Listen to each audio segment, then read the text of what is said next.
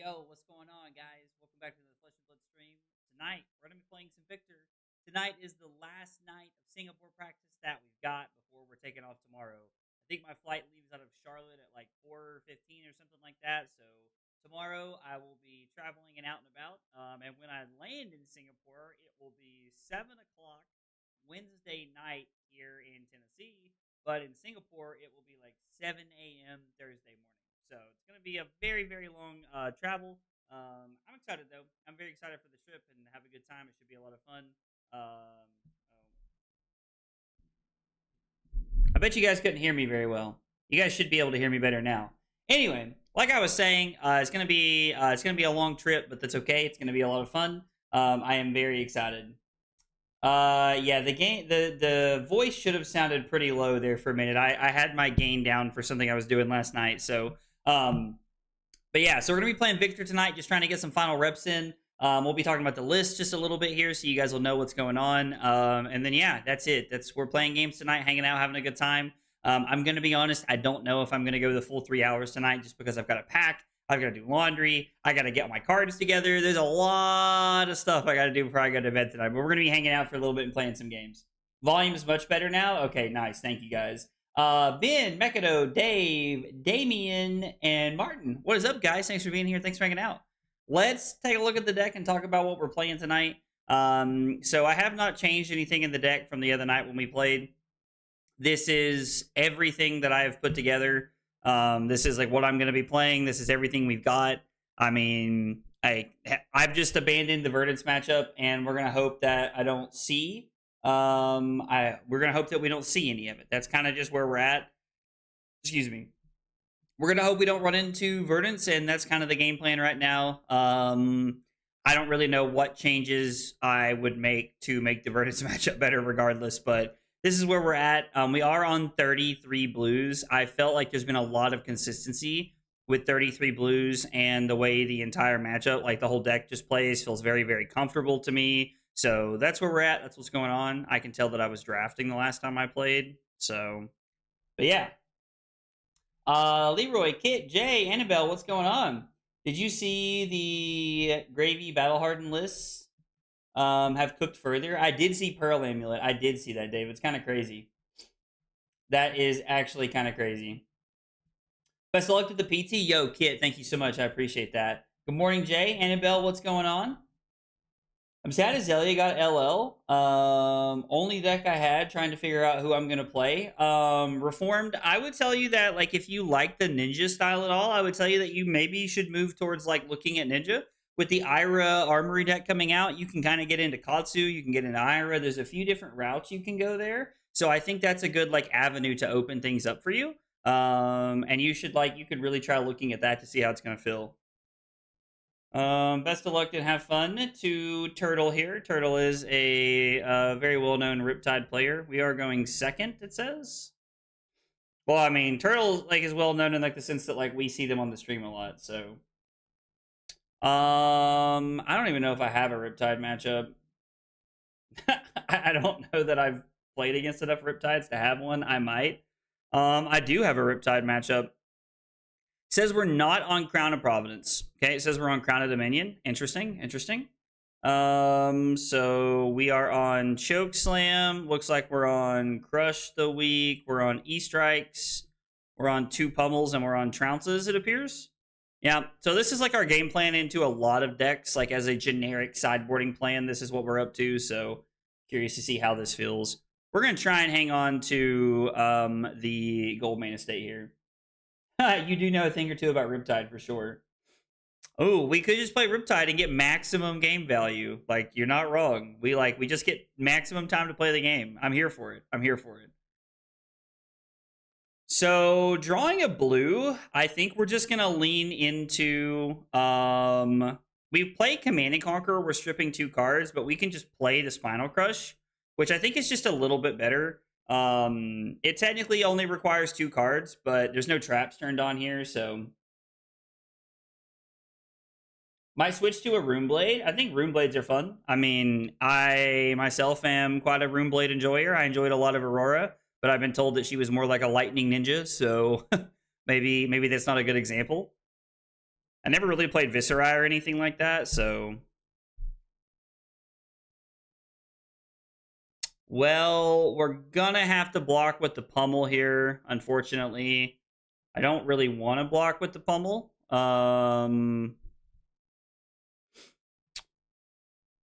3, 5, 7, 9, 11. I mean, 3, 6. I don't know. I'm trying to decide how we... If we want to block this out a bunch, or if we just want to let this go. Like, is this how we're going to block? Maybe we just take 7, go to 33, and then from there we can like lean into Goldmane Estate into something else. Seems okay, I think. Like, the Seek and Destroy is a little tough, so kind of like we may have to Seek and Destroy something away, but I think this is the best turn that we have here. You should just block Pummel. I mean, with the Collapsing Trap going to the bottom, it's very possible that just blocking Pummel is like a better play here. We'll go ahead and make a Surge, and then we'll just Command and Conquer for 9. Like, we had the E-Strike with Go Again, which, like, would have been okay, I guess, because we could have just, like, put that to the bottom and then thrown... Like, it would have been 8 into 6, which, like, would have been fine. I don't know. I think I like blocking just a little bit more. I mean, I guess by we either block 3 or we add 5 points of offense to our turn cycle, so... we're just going to block 7 here. Try to win a Clash. Winning with a Spinal Crush. Pog. Yeah, no, we definitely could have, like, used it. It was probably just a better play. Just blocking with the pummel there.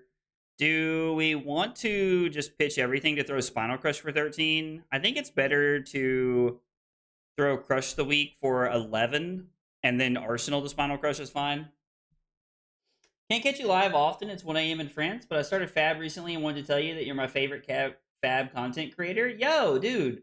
Ladovic? I hope I said that right. Thank you so much. I really appreciate those kind words. It means a lot. And I completely understand it being 1 a.m. And like, you know, you can't hang out that often. So, but thank you so much for coming by and saying that. I really appreciate that. It means a whole bunch. Thank you.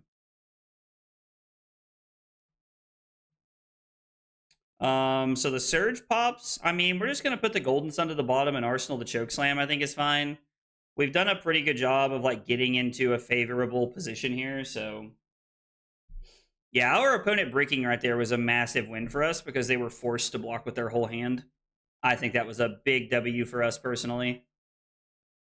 I mean, anytime your opponent bricks, it's pretty good, so we'll go Golden Sun first, just because we put a lot of blues in the bottom, so... Yeah, we'll just block with Thunk and Thunk here. We don't really care about keeping either of those in our hands, so... Riptide Gaming. They are gaming. They are gaming, and we are not playing Syndra, so we don't really care about Tar Pit Trap. We don't really care about Tar Pit Trap. Man, all those Tar Pit Trap memes were so funny from that night. That was such a funny stream. I've been enjoying watching your streams in the morning. Yo, CN, thank you so much. I really appreciate that. I really appreciate all the kind words, guys. Really, it means a lot. I was like, I enjoy playing cards and hanging out with you guys, so it really means a lot that you guys are having a good time and enjoy hanging out as well. I really appreciate it. Hey, what's up, Bing? You do care about Tar Pit Trap? You want them to have it on CNC? I mean, sure, but we want them to have all the traps on CNC, right? Like, other than that, like, it doesn't matter. Like, their traps are their traps. They're going to flip a card face up and give us a Pox token. Okay.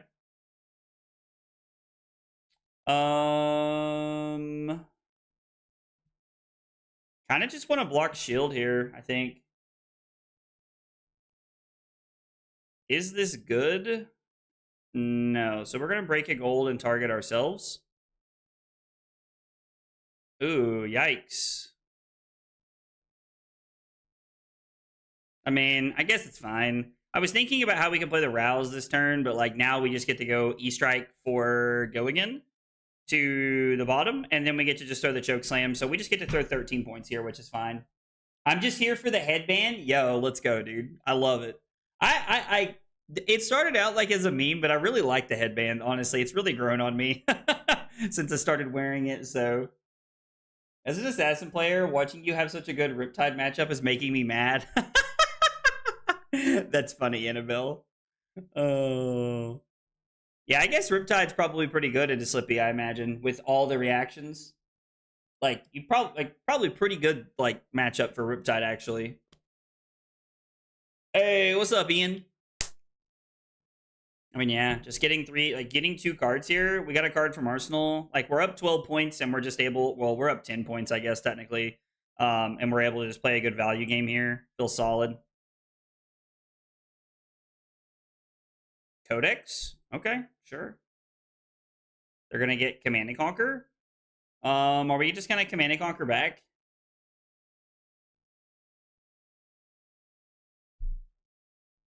I think just throwing Command and Conquer back is fine.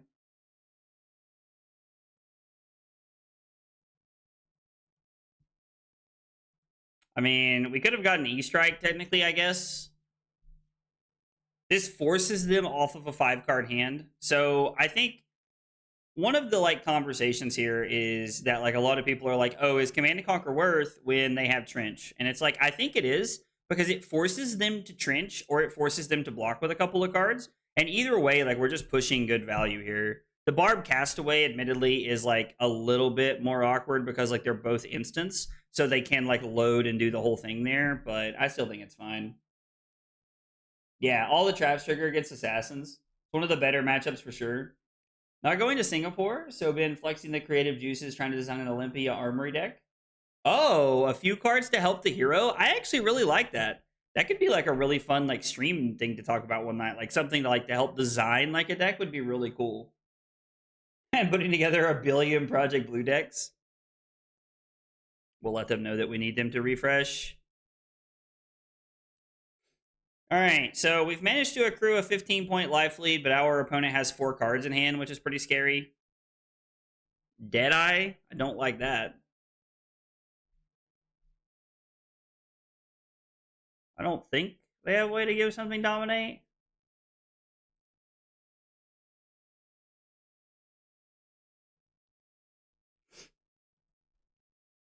I mean, the on hit is worse for us than. Is there anything that like they? I don't even know what this does. Go again. Okay. So like nothing. We're just gonna block with all of our equipment. We're gonna try to win the trounce. Winning with a wall up is pretty cool.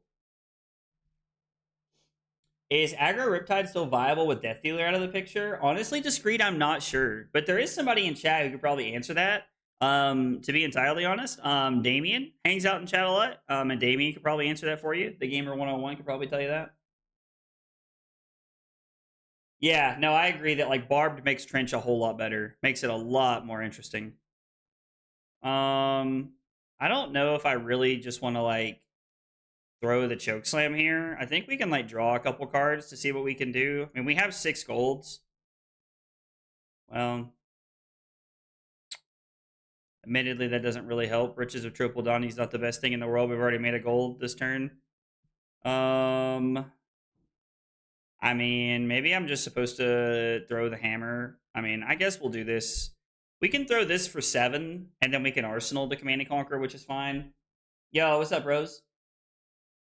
Christopher Ollie played a masterful Riptide on the AGE stream yesterday. I got to watch some of the AGE stream. I saw that Victor was on stream yesterday. Sag.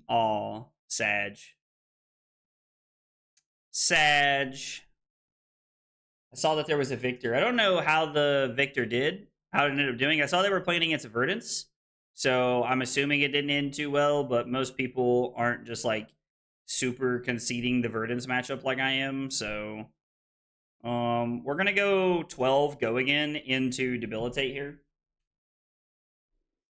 Hey, what's up, Dot? How are you, brother? I'd say it's actually in a very good spot. You think aggro Riptide is in a really good spot, Damien?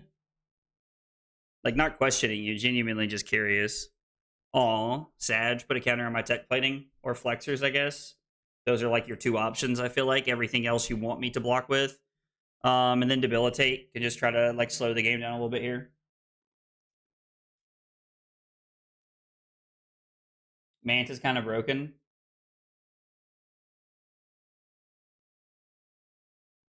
Are they not? Is what not, Annabelle? Sorry, I don't remember what I said that and what you asked that to. Blocking with New Horizon there makes zero sense to me. Like, I don't understand that decision point at all. We're just going to Arsenal the Cranial Crush and then keep the test in our hand here. For a bow that has no text, it's kind of broken. I mean, it is weird, but I get it. You know what I mean? Like, I get it. I understand what you're saying. Making dinner right now before I go to the armory tonight, but I've swapped off Puffin. What are you playing now? What are you playing now, brother? Like, just out of sheer curiosity. Oh, most victors I know are just doing that. Yeah, I think a lot of us just feel like we have to in the current situation. I feel like that's just the world we're in, where people, like a lot of people like me, just kind of feel like we have to. And I mean, that's exactly how it feels. Like, it really just feels like we have to concede the matchup, and it just is what it is. We're gonna do this, and then we're gonna throw Cranial Crush here for 8. Looks like I have a pummel, but playing Ira right now. I don't think Puffin was doing the disruptive things I wanted, but the new Ira is. New Ira is really powerful. Yeah, no, I agree. Like, Annabelle's completely right. I was just more like talking about that choice out loud. Like, I have conceded the Verdant's matchup, but like, you know, also like when I played Victor back in the day, I conceded the Kano matchup. Like, I was playing AB1 in a lot of situations, and it's like that's still like kind of the world we're living in right now, where it's like we're just conceding the Verdant's matchup. We're just conceding to Wizard, and it is what it is. I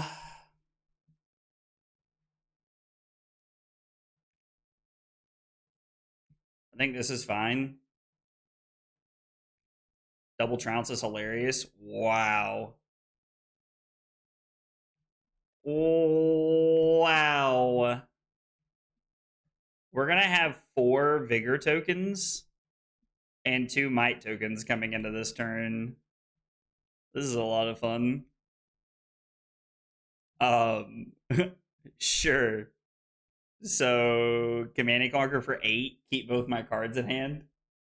Am I going to Kansas City next month? Honestly, that depends on how I do in Singapore. I've spent a lot of money so far traveling this year, so it really depends on how I do in Singapore. Um, but maybe we'll see. We'll see how it goes. Trying to save up for Worlds right now and stuff like that, so we'll see what it looks like.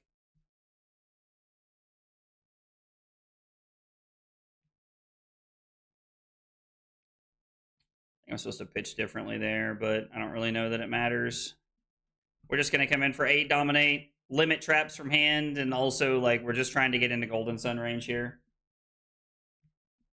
Victor's still good into Ira? I think Victor's good into Ira. I've beat the last 3 I played. I think it's good into Ira, yeah. I mean, like, don't get me wrong, like, you can just have, like, kind of like brick hands sometimes, and, like, they can just, like, you know, do Ira things, but I think most of the time it's pretty good. I joined Battle Hardened Kuala Lumpur as a Victor in a room filled with Syndra and Slippy. Jim decided to pair me into 2 Azalea, 1 High Rolled me, and a Jarl, and the 1 of KO. Ugh, man, that's tough. In a room like that, that's tough. They banish face down card from their hand.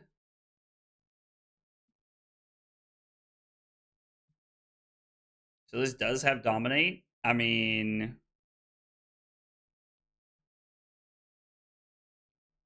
we can banish the Golden Sun, make a new Surge, throw this Golden Sun, and if they don't draw a trap, the game's just over. I don't even remember what line it up does. Banish this face down. I mean, they don't get to see it, so that's kind of cool. Can't wait for you to break these 8 gold tokens. I mean, I'm probably not going to, right? Like, we have no reason to. There's no reason to break all the gold, so, like, we're just... Oh, I guess they had a ponder. Oh, premeditate, they had a ponder. Yeah. So they could have one in Arsenal here. But I mean, yeah, like there's not really a reason to, right? Like, we're fine to just play this out. Boulder Trap feels kind of bad, so now my flexors are basically just dead, I assume is how they want to play it. Yeah, so they've turned my flexors off. It's probably better to take value out of the Aura Magus, right? I don't know. That's an interesting call. Well, we're just taking whatever they do this turn.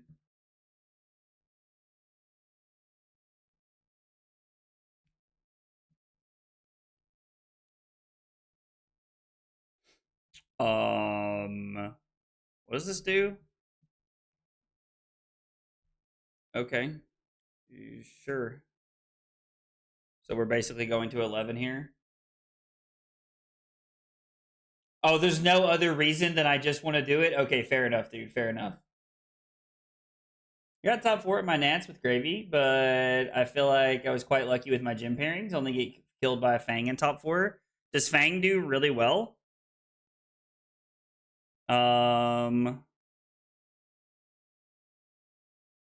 Okay, sure.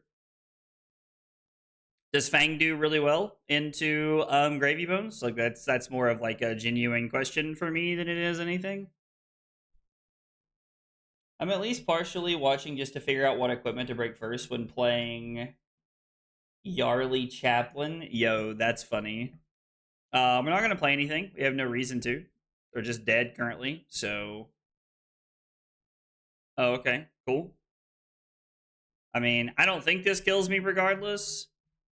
Put the top card of their deck into the graveyard, then they lose X life, where X is the number of cards in their graveyard with that name. So we would have flipped over the last Golden Sun, and I would have lost 2 life because the other one's on the chain technically. Yeah, I don't know. I get why they picked to go first, but I think me going second actually benefits me in that matchup, so it's very intriguing.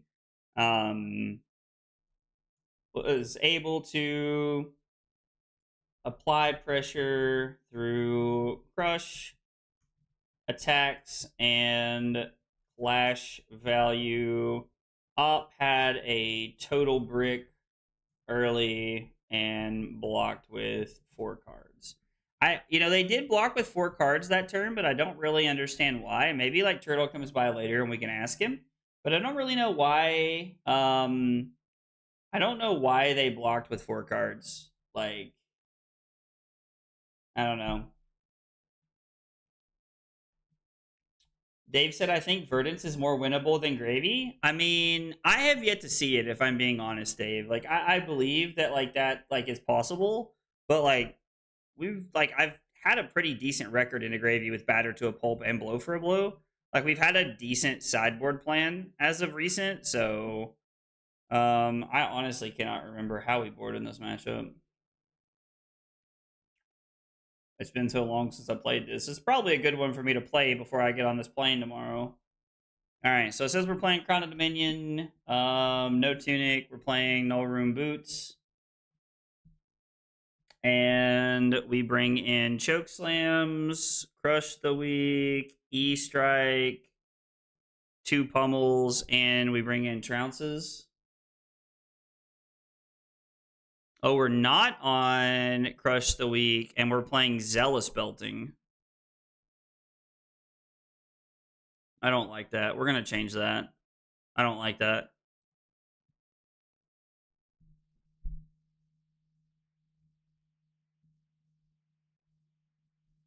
I mean, we'll just do this. This is fine. Also skeptical on the Crown of Dominion thought process here over the I'm skeptical on the Crown of Dominion thought process here. Like, I don't know what was going through my brain here, as opposed to having Crown of Providence. But I mean, I'm guessing that I just like want the extra gold for clashing is the idea. I also never updated the Gravy Bones sideboard plan.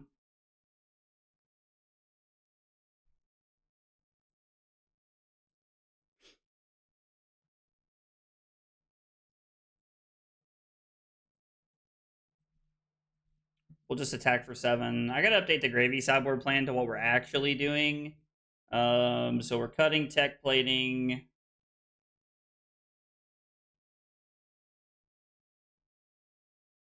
We're playing Tunic, and then I have the rest of it set up correctly. So that's where I want to be with that matchup. We do want to be on Tunic in that matchup, which I think is accurate. That's more Holden's opinion than mine.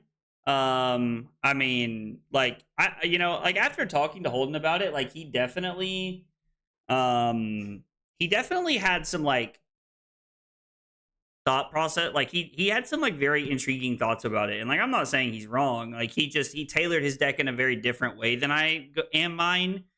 because I think we can tech for the Gravy matchup and be successful. And Holden was not a believer that that was really possible. So, so Crush the Week, like I think Crush the Week is like really like based around like you can shut down Plow as a decomposed card. It stops their 0 for 3s, which I think is pretty good. So like if they're playing a lot of like the 0 for 3 go again stuff, we get to stop a lot of that, which I think is powerful. So stuff like that is just stuff to consider. We are still in the US. We leave tomorrow to go to Singapore. Are you wanting any games against any of my decks tonight? I mean, yeah, like if you want to play Annabelle for sure, but if it's like late for you or something, like please, like go to bed. I'm not gonna be offended, I promise.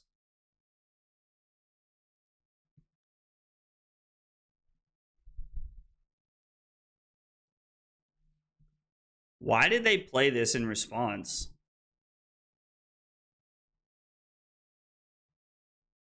I'm so perplexed by this. Like this, like, do they need to decompose? No, they're able to decompose already. What? I have a lot of questions.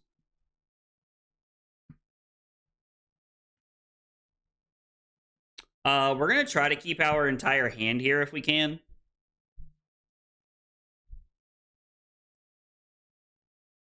I mean, I think my opponent respectfully, seriously doubts my ability to just attack into this.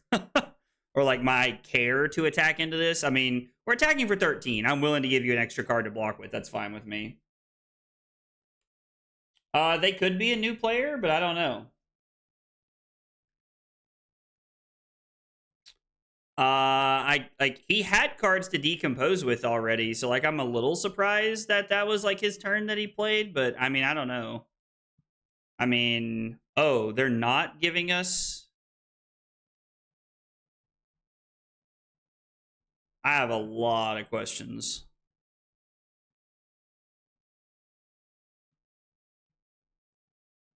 I mean, they're going to cover everything up, which is fine. Right? Or are they not actually? No, they are. The yellow one hasn't hit yet. So yeah, they're going to cover everything up, which is like totally fine, but they give up Purgatory for like what feels like negative value here. I don't think that was correct.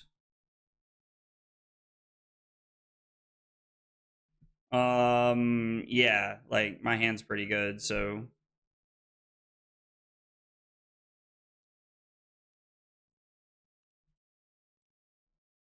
especially considering they've given up their headpiece here, like this is fine with me. I'd rather crack boots than face perg as well. I agree. I completely agree. Blocking 9 here seems incorrect. I don't know. Maybe our opponent's like new to Florian, or maybe they're just like new to Flesh and Blood. They do have the cool like the Ethan sleeves, which I really like. The Ethan sleeve backs or whatever they are. I mean, this is 5 go again into 8, so like this is like total tempo swing for us. We are playing Victor at the PT, Ludiful. He said, yeah, big damage. I mean, dude, absolutely, bro. Yeah, I was very surprised by my opponent's block that turn, but this has been a pretty good swing for us so far. We just need to find another gold main estate quickly. We blocked with a test of strength, and we put a trounce on the bottom this turn cycle, so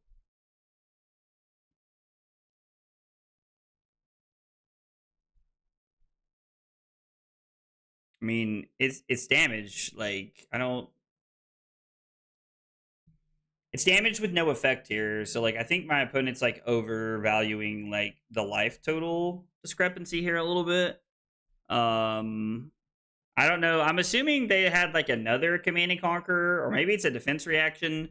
I would have assumed they wanted to give the red Autumn's Touch and then give up the defense reaction there in Arsenal to Command and Conquer. But maybe they had two. I don't know.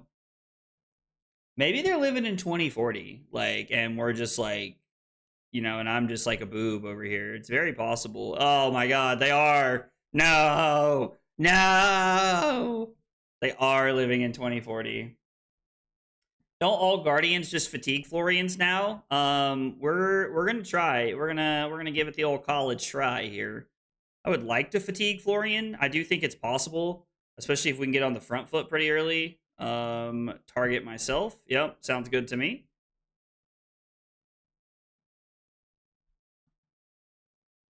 So we're gonna go ahead and make a surge, and then we'll just actually, this is wrong. I apologize. We're supposed to put the Thunderquake on the bottom because it technically conceals information from our opponent.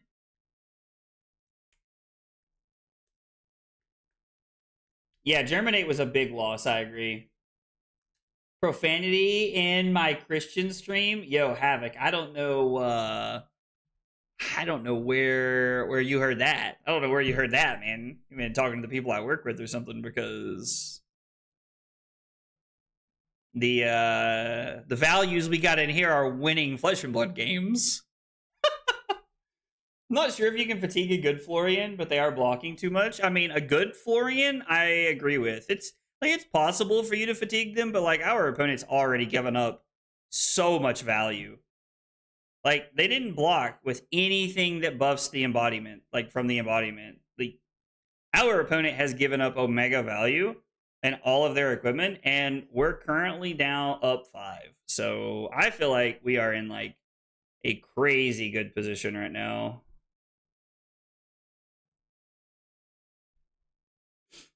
Actually, do I just want to throw Cranial Crush here?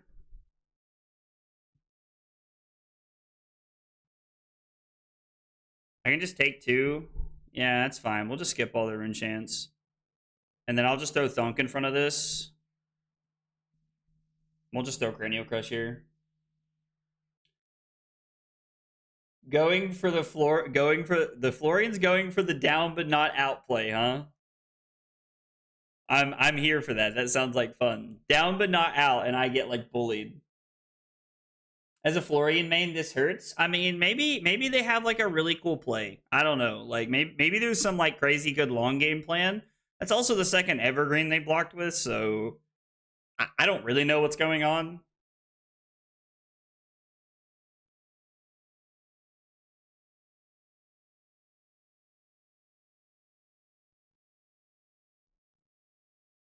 Okay. I have a lot of questions.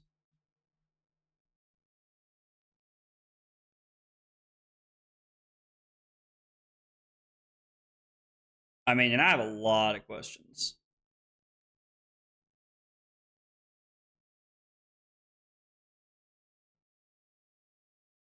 Sure, we'll take 3. This is fine. I mean, this is a play of all time. I'll tell you that. I'll tell you that, Emil. This is a play of all time. We're supposed to draw a card here? Probably not, right? Like, we just put a Goldmane Estate to the bottom. We should just save it.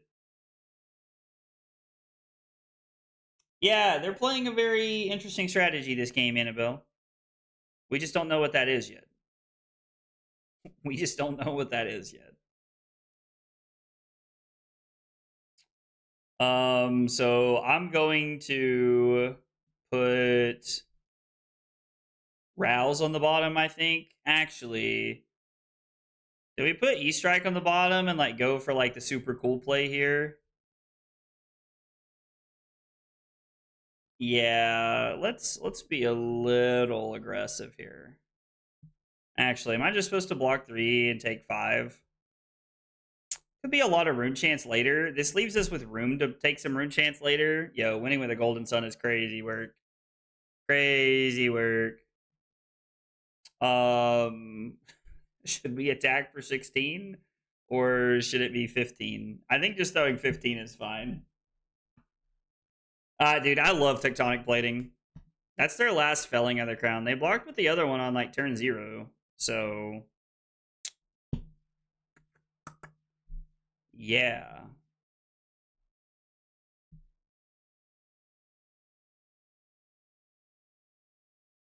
I mean, sure. Like, we'll just continue to apply pressure where we can. Like, they're already down to 19 cards, and we're at 26 right now. I think we're a million miles ahead right now. If you want the truth, like we have all the tempo, we are applying all the pressure. Like this should be a block with like one card. Like no, they should. I don't know. I'm so perplexed by the decision making that's going on that side of the table right now. Do we like greed a little bit and go for the rouse play? I mean, since we have both the test of strength and the riches of Triple Donnie, I think we can just greed.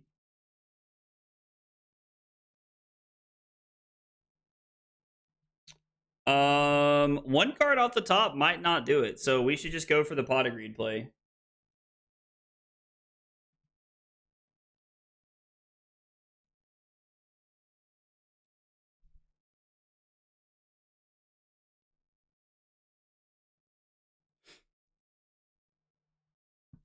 He's playing Rainbow Autumn's Touch. He is playing. I mean, he's playing like they're playing Fellings and Plows, so like it doesn't feel like a budget list. Like I'm not saying you're just actively wrong, but like okay. I don't feel like this is how this matchup plays out. Like I don't feel like if I play against a Florian at the PT, that's how this is going to play out. The Rainbow Autumn's Touch is very interesting. Florian, we went first. We did get the win. I blocked as much as possible the entire game. I was ahead on life and cards by a good margin. Don't see how they come back if they don't concede. That is not how you spell concede. I'm having a stroke trying to like look at this word right now. Annabelle, I know you said it's late. Do you want to play a game? Or Annabelle, if you're checked out, like that's fine. Like I'm happy to just play Talishar games tonight. I'm just kind of like playing games and hanging out with y'all tonight. I had a very different experience as flooring into Victor. Yeah, I don't think that's how that's supposed to go, Mekado. I'm good for games. Yeah, let's do it. I could definitely use Slippy games. Let me shoot you an invite. Damien, do you want to play after I play with Annabelle? I'm gonna play with Annabelle first because she's in Ireland, I think. Somewhere in Europe. Somewhere in Europe. Oh.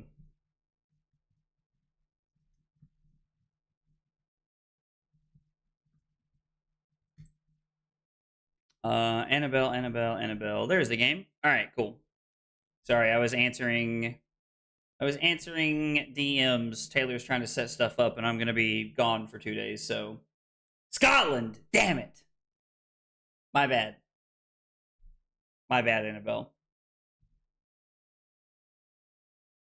So I've talked. I like so to answer Dot's question.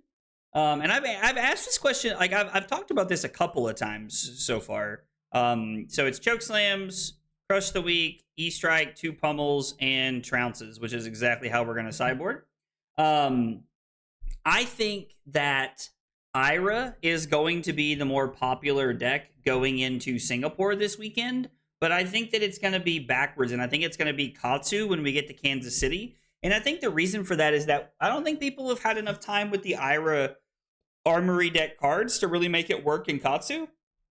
So I think there will be some like dedicated Katsu players at Singapore, but I don't think it's going to be. I just don't think it's going to be. Like I think it's going to be like it's going to be Ira is what people are going to be playing. I think Katsu can win if people forget about him. I don't think Annabelle's going to Singapore. No.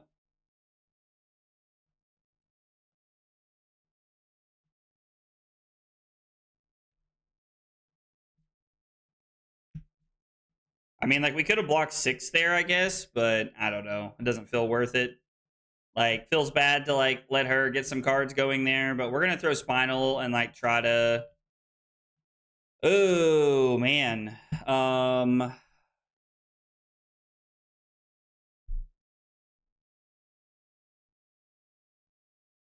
a little awkward.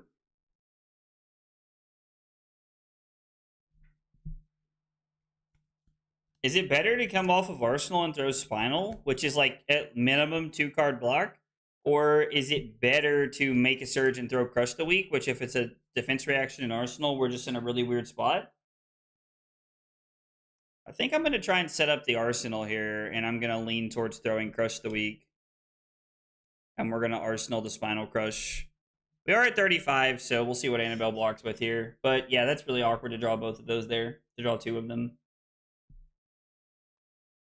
I'm not saying Katsu's bad. I think people haven't had time to figure him out at like that high of a level.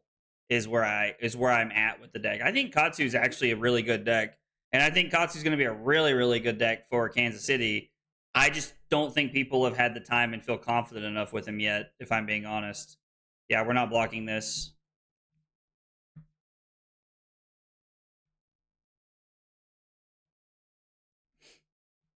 We are definitely going to block this, though.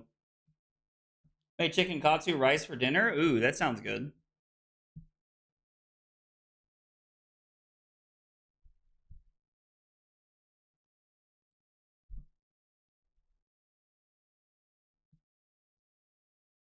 I mean, we could block blue and Crown of Providence. Man, I don't really want to just throw Hammer here, but... yeah, I'm going to go to 29. So Annabelle's able to push a lot of pressure so far here early. And then Hammer's not the best play in the world. We need to be able to throw the Spinal. Share the chicken Katsu with chat. You have to. Katsu's problem is he rewards your opponent for knowing his plan. I mean, yeah, I think that's like a very big fundamental flaw of like knowing how to block. There is definitely some value in playing Katsu this weekend because people aren't going to know how to block him with the new cards, I think. It definitely took me a game to figure it out. I actually lost the first game I played against Katsu with the new cards. Taylor Crawford actually gave me a big fat loss the other day when we were playing, so...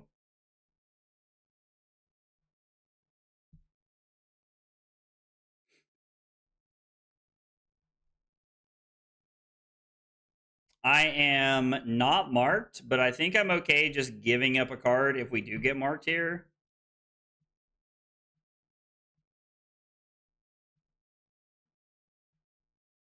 Sure, like we get marked and then like a buff or something. Yeah, I mean, it's unfortunate, but it's fine. We're going to get rid of the Cranial Crush. I think that's the weakest card in my hand. All right, we're down quite a bit early, even though we were going second. Annabelle's like big, like first crackback turn was really good. And we just didn't really have like a great way to block efficiently, so...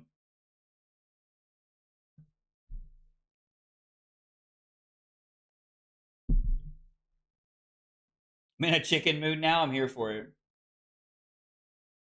Even I knew she was Scotland. You lose your hot dog pass for one day. Yo, I can't. I cannot lose the hot dog pass, Dave. Come on now. That's like my whole shtick, dude. Like my whole shtick. I mean, I'm opening a hot dog stand on the side, bro. Like, come on. All right, so this is clearly like a big buff. Like, this is going to be like one attack, and we're going to need to block quite a bit here.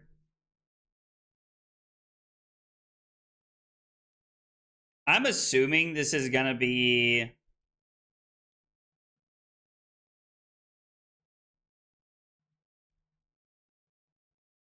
like one pump and flick here.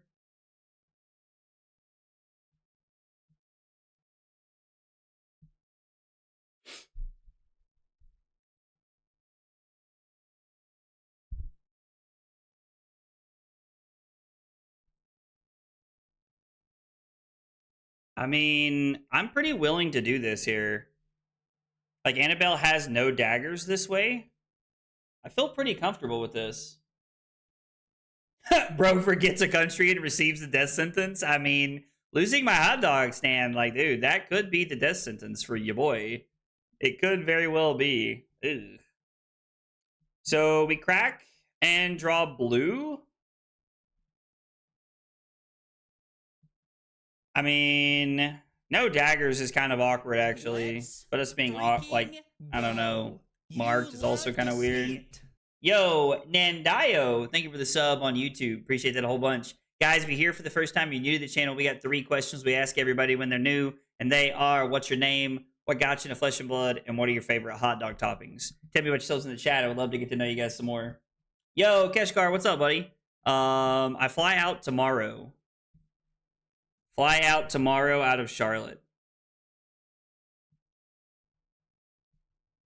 Annabelle said, just checking that I'm not the drama, and I'm just confirming it's me. Because I would like to be able to swing Hammer and Arsenal the Command and Conquer here. Like, I don't know. Let's get aggressive. Okay. I mean, if we draw red, we just Arsenal and pass. It doesn't really change much of our play, but I'll leave in like 20 hours too. Dodge, be careful, man. I'm excited to see you there, buddy. My girlfriend and I are fixing up a hot dog food truck she bought. And when OKC gets a battle hardened, I'm going to have her out front slinging wiener, bro. Okay, first off, that's hilarious. If you're being serious about that, that's awesome, dude. If you're being serious about that, that's awesome. Victor will be sweating. Your hot dogs might be horse meat if he misbehaves this weekend. Yo, if that gets Victor in check, then everybody needs to let Victor know. Everybody needs to let Victor know if that's the case. We are just going to go ahead and block with the trounce here. If this was the second one, I would just leave it on top so that we could have it. So that we could have it on top to be able to draw into the Command and Conquer.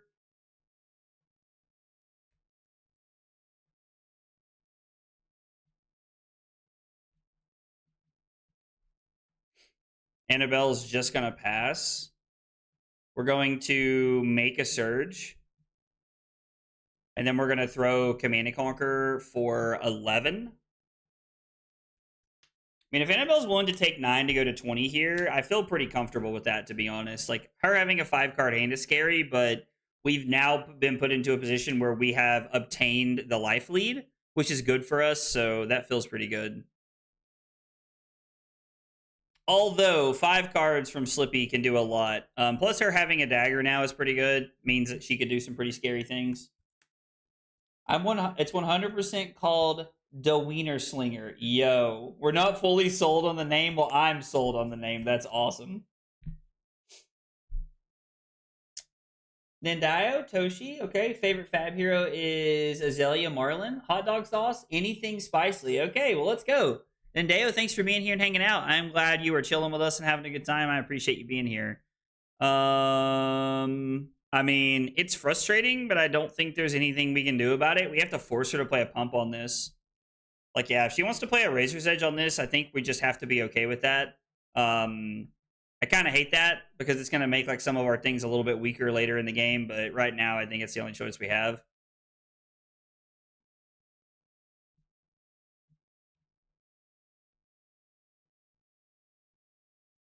Really hate to block with Spinal Crush. It's our second one.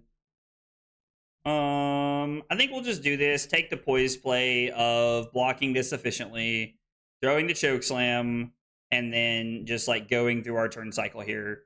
We've now put the game in a spot where we're technically up a point going into this turn, so yeah, that CNC was actually insane.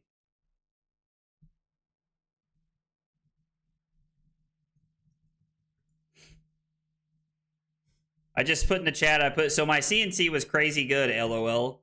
Like, just giving Annabelle a hard time. Annabelle's one to like kind of like banter back and forth when we play games, so yeah, no, the pitching of 2D reacts is like hilarious. She says it. She said, "As always, when I play you." That's so funny. Annabelle's hilarious. Wish I could hit Singapore, but all my budget is on KC and Worlds this year. Booked a hotel Saturday. Yo, dude, I'm glad you're gonna get to go to OKC. No, that's awesome. But dude, I get it, man. Like, you should never stretch yourself thin to like go to, Flesh and Blood events. Like, it's important to like budget and take care of your life and do these things. And like, I've talked about this a couple times, but like when I get paid, I save every paycheck to be able to travel and do things throughout the year. I'm a big proponent in like making sure that you take care of yourself and oh, that's awkward. Awkward. Oh, man. That's a big Sag. Not winning there kind of sucks. We'll see if Annabelle just passes here and like arsenals. Tries to set up a 5-card hand. Okay. So I think it's going to be just chokeslam for 9. Not winning the trounce is a little awkward, and then the Goldmane Estate's not really doing a lot for us next turn, so I'm going to the casino to gavel for more travel funds. Either win big or go home and play for free online. I listen. I'm somebody who thoroughly enjoys the old casino trip now, so you have to twist my arm. No, you don't have to twist my arm. Clash is such a good mechanic. I feel like it's actually a pretty like balanced mechanic. It's like RNG based, which I think like is frustrating for some people. But I think that the RNG value of Clash makes it super fair. So I don't hate it if I'm being honest.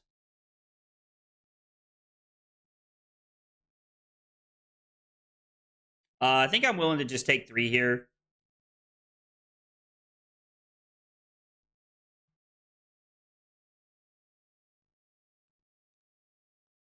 I think we can just block like this.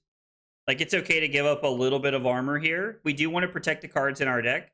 Technically, there are, let's see, 24, 2 more cards out of Annabelle's deck, but she loaded in like 66 or 68, and we loaded 60, so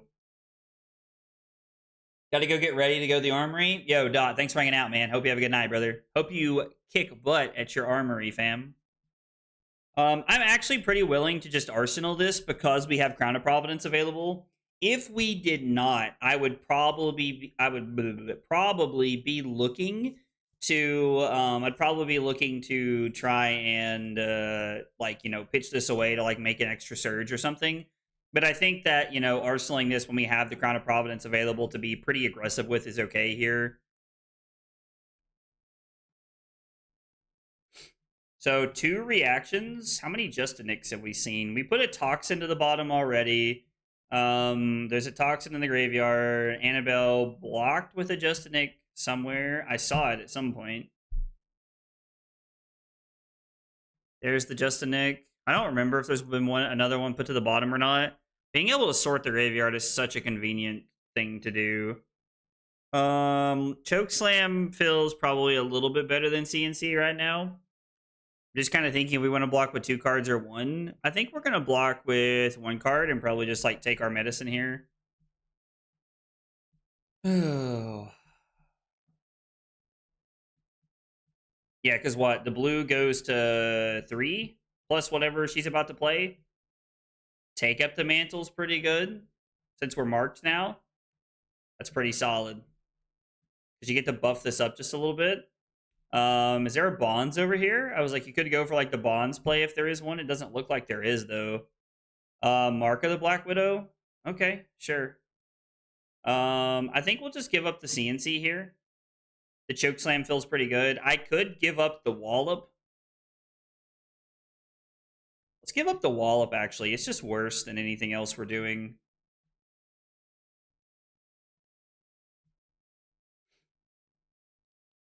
I'm going to threaten the CNC pummel here because we couldn't have played it last turn, like just based off how our turn played out. So like I want to threaten it this turn cycle to see how Annabelle reacts to this. Because she could give us 3/3 blocks in black tech here to block out to play around the pummel. Yeah, you can tell there's some thoughts there going through her mind of like how she wants to play this out. Nope, no respect for the pummel. Okay. I mean, we put one on the bottom, but we haven't seen the other one yet. So I'm a little surprised by that decision, but it ended up working out very well for her to like play through that a little bit. It's a fun mechanic for streams too. Yeah, no, like it adds a lot of like interesting, like tense moments. I agree. I agree very much. I'm gonna block with the trounce since we have one. Normally, I never block this out, but I think blocking this is worth. Winning with a thunk is massive because it gives us 2 mites for next turn.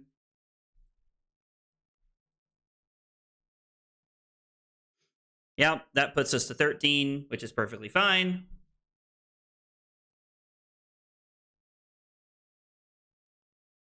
We are going to make a new Seismic Surge token, and then it's going to be Chokeslam for 10.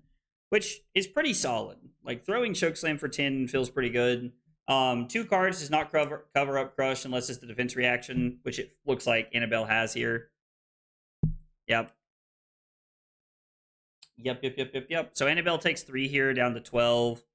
The Pummel does line up a little bit here. I don't really want to let her steal a gold.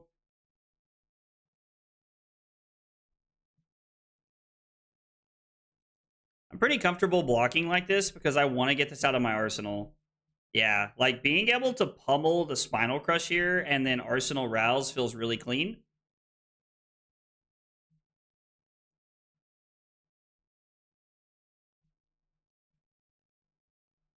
Could very well be a pump here.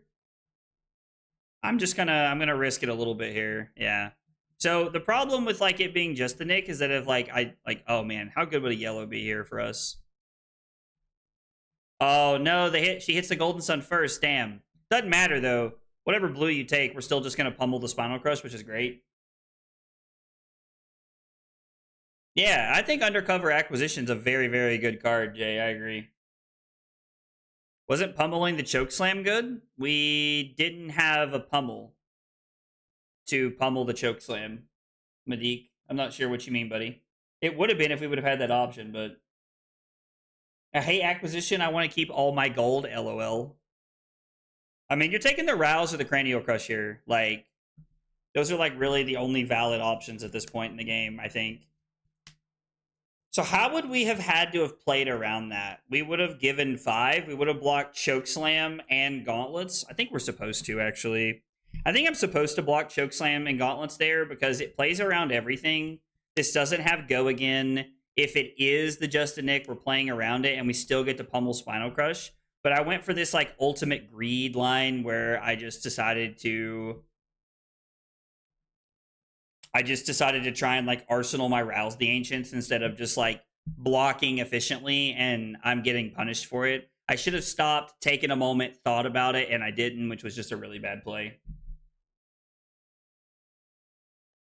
To buy some boba tea? Is that what you're referring to? I think boba tea is what you're referencing, Matt. Thought it was in your arsenal? No, I arsenaled a pretty bad card, in all honesty, a little bit ago. Arsenaled a pretty bad card, and it just kind of like I arsenaled the Macho Grande because we had Crown up.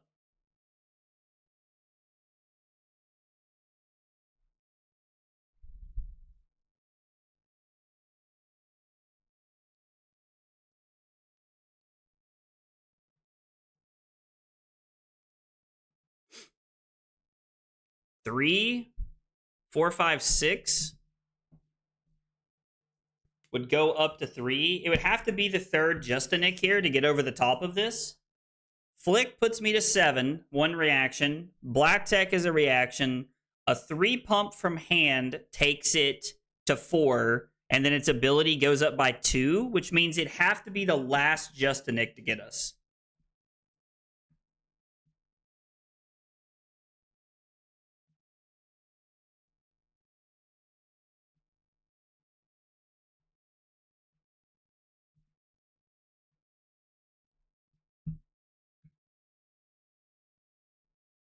Would have to be the last Justinic to get us here.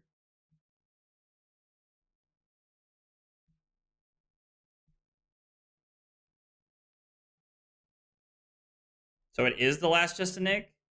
I'm more surprised that she's on 3 Justinics against us. That feels very greedy. Like, a lot of lists play 2, so I'm very, very surprised to see 3. I have to ask her about that. Because I'm going to be honest, like, from what I know about Slippy and talk to people about, that just seems inherently wrong. Interesting. I'm very intrigued by this. Yeah, like I all the Slippies I talk to like that, like I talk to pretty regularly, which I mean, to be fair, is not like an everyday occurrence, but like they all tell me that like 2 Justinic, 1 Justinic is fine, but like 3 is like something you did not do. Would blocking with Golden Sun have been better? Honestly, I wasn't blocking with Golden Sun because I was not putting her on the 3rd Nick. Like I had, if you want the truth, I had 0 respect for Justinic right there. Like the third, I was not playing around at all in any way. So it's probably an overall better turn cycle there to block with a Golden Sun. But in my head, I'm thinking, oh, let's save this for later. Like, that's okay. We can save this one. Well, this is a hand of all time.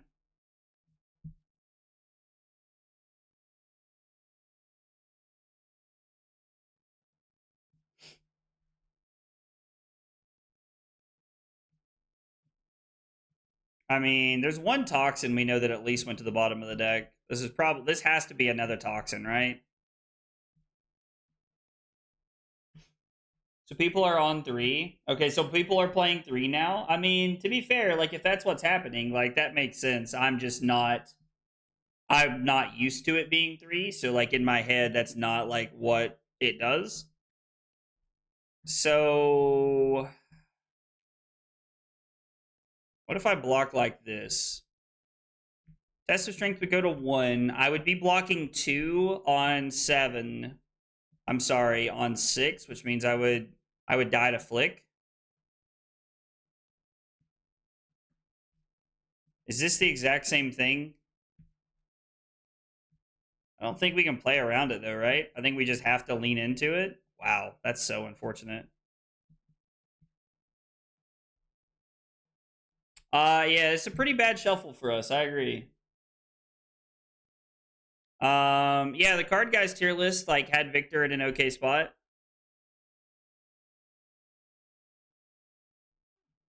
Fuck an A. All right.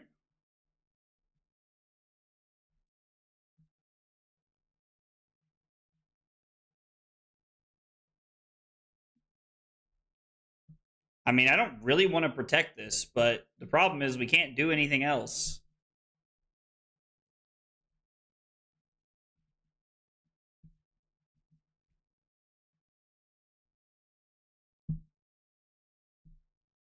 Well, winning this game is going to be very interesting if it's possible. I don't know that it is, to be honest, but if we can get through this turn cycle and keep the riches of Triple Dawning in our hand, we have a shot, I think. We had a discussion about Justin Nick. My friend said it's fair because it only works on 1 attack blues. And then we joked about it, saying luckily blue cards and assassin are bad. LOL. I mean, yeah. So like if they're on 3 of it, like that's something that's like good to learn now so that I can be more prepared for it. I'm never playing around the pump here. Like I can't beat it. There's no world to play around it.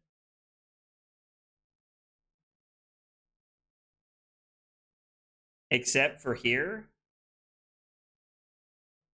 This is actually the one time we should play around it because like they don't have like Annabelle doesn't have go again. So I should play around this. Looks like Annabelle had a very bad hand.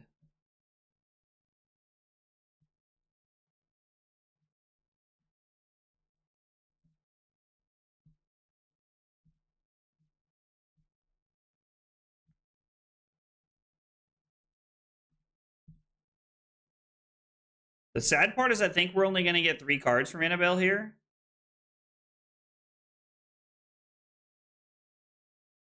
I mean, there's a world where we're supposed to just full disrespect the pump. I honestly don't know. It could be the correct play. Wow. Okay. This has been a wild game. We cannot heave this, unfortunately.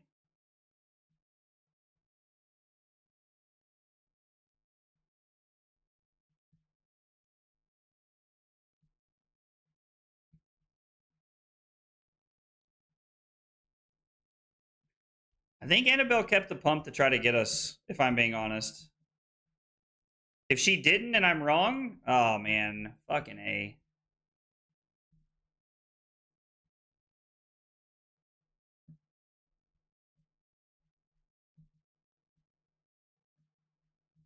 Like, I guess we're just supposed to never play around it here. I don't know. Was the toxin blocked with? I mean, maybe there was just no more pumps left in the deck and I should have been paying more attention. Because now we've got a very interesting decision to make.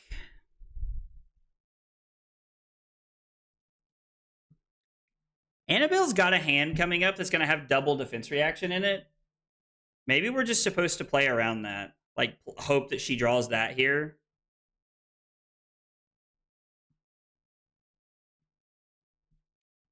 I mean, we are losing in deck. I just don't really know how else to get, like, to do anything here this turn cycle. Like, I seriously think Annabelle has 2 defense reactions in hand right now.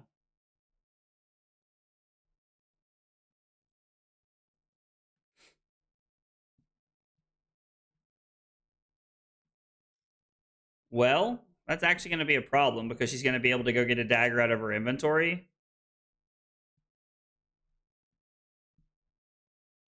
Yeah, we've probably just lost this game, right?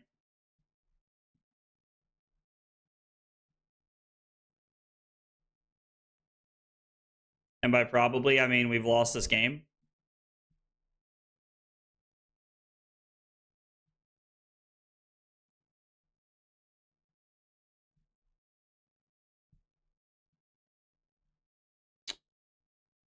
Oh, yeah.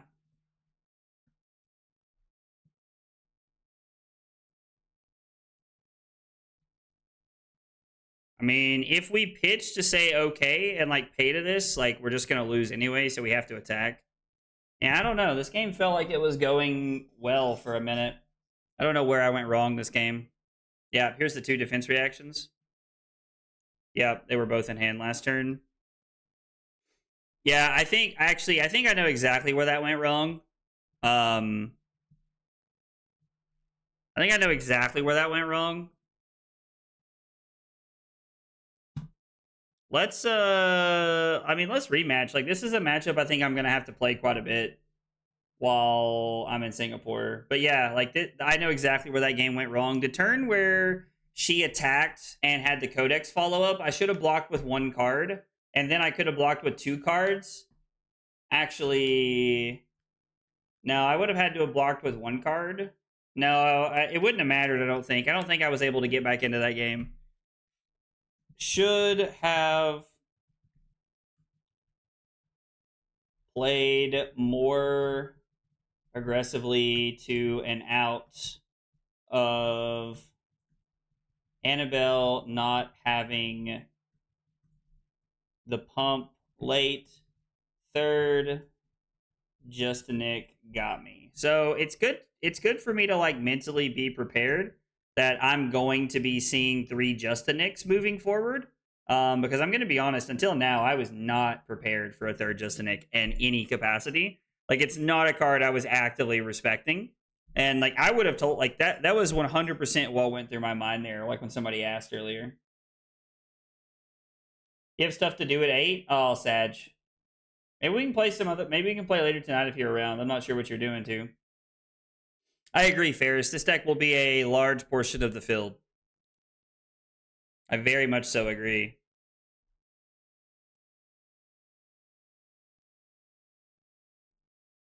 I'm going to keep the Rouse the Ancients here because I would like to be able to play the Rouse if I can. Not sure if it's going to work out that way or not. It very much so is. This is like a great hand. So we get to go 7 into 7, which is phenomenal. Love to see 7 into 7 to start the game going second. Annabelle plays 62, 66, 67 cards into me. Okay. How does this deck do versus EOA Ira and Boomer Ira? I mean, I think we do pretty well into Ira. I've won the last like 3 or 4 games I've played against Ira. Like, I mean, don't get me wrong. I'm not saying it's like a slam dunk. Like, you have to play patient and like, play to your outs and, look for your turns to line up. But like, it's very doable in my opinion. Do we just go for like the early wallop win here? I mean, I'm not going to break the shield, so we're just going to try to get lucky. Immediately have to click no, which is a big sag because I'm not going to break the shield.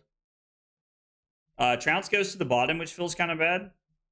This is the one problem with starting with Crown of Providence in the deck, as opposed to starting with something like the Crown of Dominion, whatever it's called. I think I'm willing to block here. If there's a shred, like or something like that, I just get wrecked, which kind of sucks, but I think I'm supposed to block here with the shield because this is a very good opportunity for me to try and get the shield online. I'm minimizing my exposure by Annabelle only having one card in Arsenal this turn cycle. For like what can get me, Shred is really the blowout play. The safest play is to block with Tech Plating, but I'm getting my value out of Orami just early by blocking here, which gives me the ability to then lean into breaking the shield later if I need to for my next clash. Oh, Edge of Autumn? Sure. Yeah. I mean, yeah, like I feel like I've been doing well into both versions of the deck. I mean, like it's a very good mid-rangey deck, so you have to be careful, but I feel like I've been doing well into those decks, Brock. Fought against Gordon Co. SG 2-time Nats. He's a really patient player with 60 reacts that you need to watch out for. If you pair up against him, please avenge me, Kit. I will do my best. Gordon Co. I'm trying to like keep that in my mind right now so that I can avenge you. All I can hear is like the Spider-Man thing right now where like I can't remember his name. Like the original Spider-Man movies.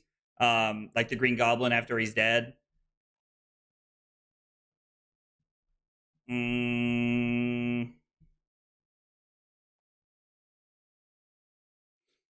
After he's dead, he's like there's like a flashback where he's like talking to his son or whatever, and yeah, and Willem Dafoe's like, "Avenge me, avenge me!" Yeah, the Sam Raimi ones, yes, the ones from my childhood. So if we block 7 here, we can give up. If we block 7, we can give up flexors to stop this if we need to. Unless it's double pump react from hand, in which case we can never stop it. And if that's the case, I mean, it is what it is. Yeah, because it goes to 6 and then it goes to 11. So I do not have the ability to get all the way here, unfortunately. It's very unfortunate that it pans out that way because we're going to get all the Spinal Crushes ripped this way.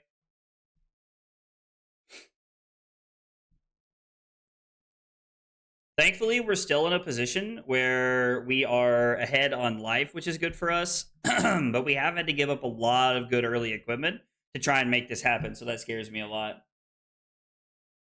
But yeah, the original Spider-Man movies like hold a very, very special place in my heart. I watched a lot of like Spider-Man and X-Men as a kid. Like I think like kind of like jump started my like joy and love for like the comic book like hero style stuff growing up. Yeah, Defoe is the Green Goblin actor. Yeah. Like so Willem Dafoe, and I can't remember what his son's name is in the movie off the top of my head. I know Harry is his name in the movie, but like I can't remember his name in real life. I cannot remember his name in real life to save my life. I could not right now.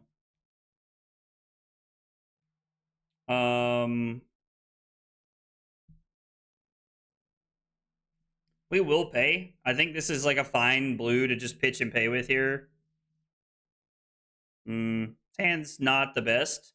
Yeah, we're just gonna take 7. I'm willing to just like exchange blows a little bit here, I think. I think we're gonna block like this. If there's a pump, unfortunately.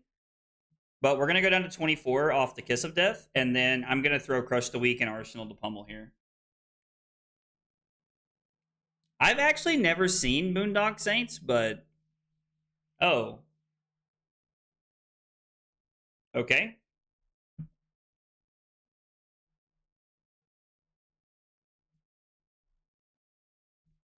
I mean, sure. Or I'm going to get hit with 2 Bonds of Agony in the first 4 turns of the game. Spider-Man 2 is still one of my favorite movies of all time. I mean, it's a great movie. I definitely understand why you feel that way. Yeah, like there's never a world I'm blocking with more than 1 card there. Interesting. I would have assumed that Annabelle would have wanted to take the blue and leave me with nothing to do that turn. Hey, Jay, thank you, man. I appreciate it, buddy. I appreciate you coming by hanging out tonight. James Franco, thank you. Yes. Aunt May, dude, the OG Aunt May was a relic. I agree. I like Defoe and John Wick. Yeah, no, Defoe was good. Like Willem Dafoe is a good actor. One of the things that I think I found him the most insufferable in, if I'm being honest, was this movie that was depicted off of a book. It's called The Fault in Our Stars. You guys might have seen it. I don't know. It's like one of those like sappy like teen rom com movies. That's pretty sad, but I really enjoyed it. I read the book in high school, and then when they made the movie, I went and watched it, and I remember being very frustrated watching the movie because like they got so many things wrong. But I've been informed that that's like pretty much every single thing that happens.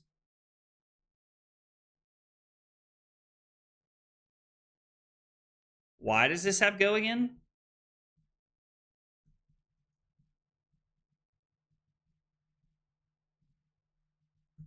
I'm so confused. I'm not marked.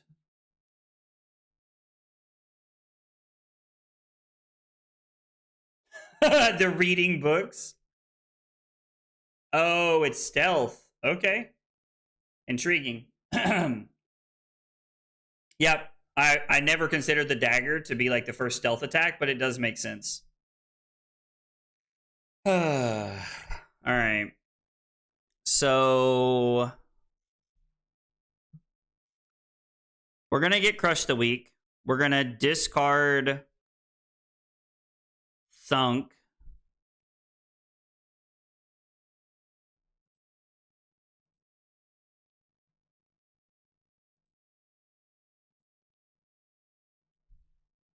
We'll block here, and we'll just throw Command and Conquer here. We'll make a Surge and throw Command and Conquer, which is fine. Maybe, like... No, I think that was just the best card to get.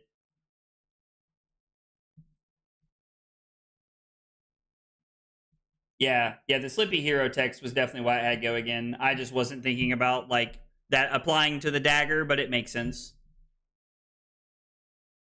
When I was in middle school, never read it. Yeah, it was very popular when I was in high school, and I really enjoyed it. I read it. I mean, I read it once. I don't read a lot.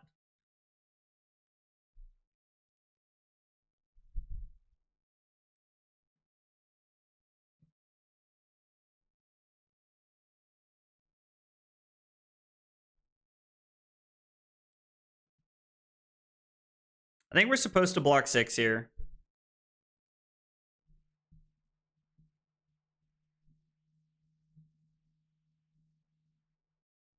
I'm just going to have to give up the crown here.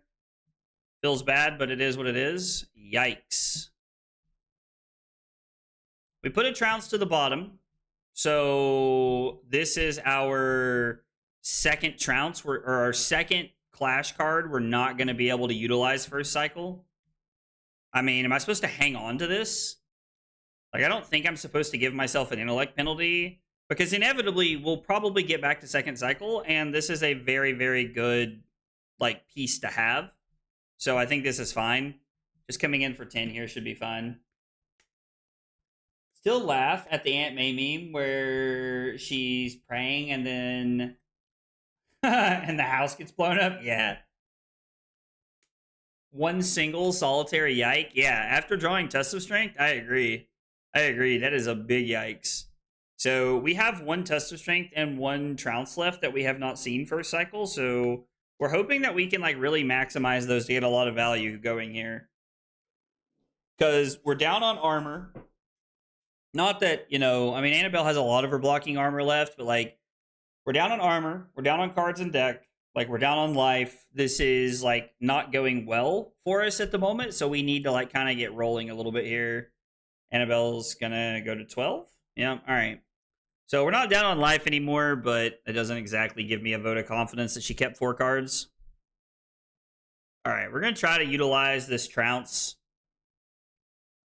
pretty well here.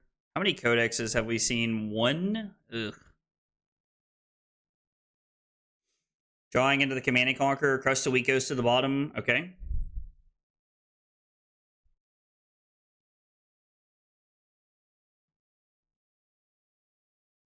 think I'm pretty content with this. Like, we can get multiple pieces out of the flexors this turn.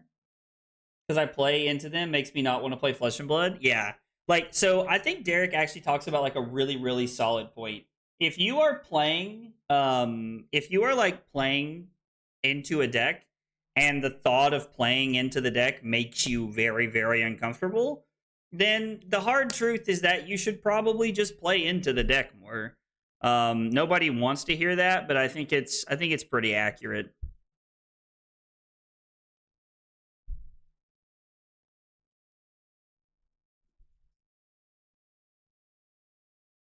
There's not really a great block here.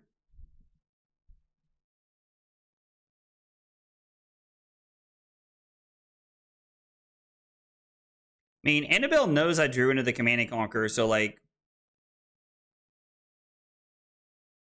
I think we're just going to block like this to try and play around it. Okay. I mean, so, like, if she has the Just a Nick and I give Chokeslam there, it's an absolute blowout. And it just feels so bad. And now we're down to just a block on Gauntlets. Yeah, we're in a really shitty spot this game.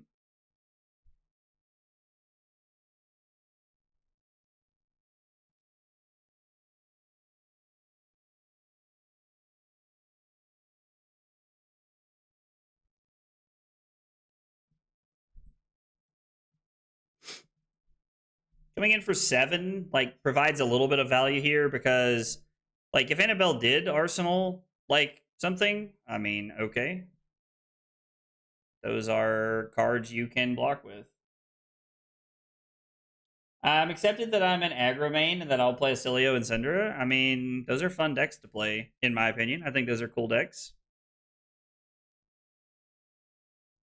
Let's just try to block efficiently here.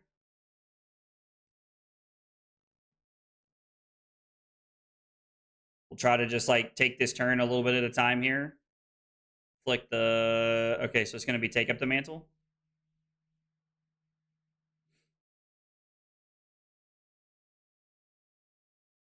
I mean, yeah, like... And she hits a blue. It's very unfortunate for us. She's going to take the gold main estate, like anybody would. I mean, admittedly, like, this is one of the more frustrating classes to play against, I think, in the game. Like, as much as people want to, like, complain about, like, Wizard and, like, Illusionist, which I get are very frustrating things to play into, I think this is one of the classes that also frustrates people a lot to play into. Because hand disruption in a game where you are, like, very reliant on, like, having every card matter is very, very bad. So, like, I like attacking, like being able to disrupt somebody's hand in Flesh and Blood in particular is, like, honestly very overpowering in my opinion. Like in the game like Magic. So yeah, this is the last, like, first cycle Clash card that we have.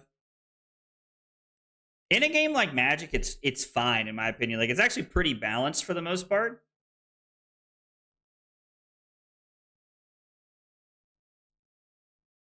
God, this feels so bad.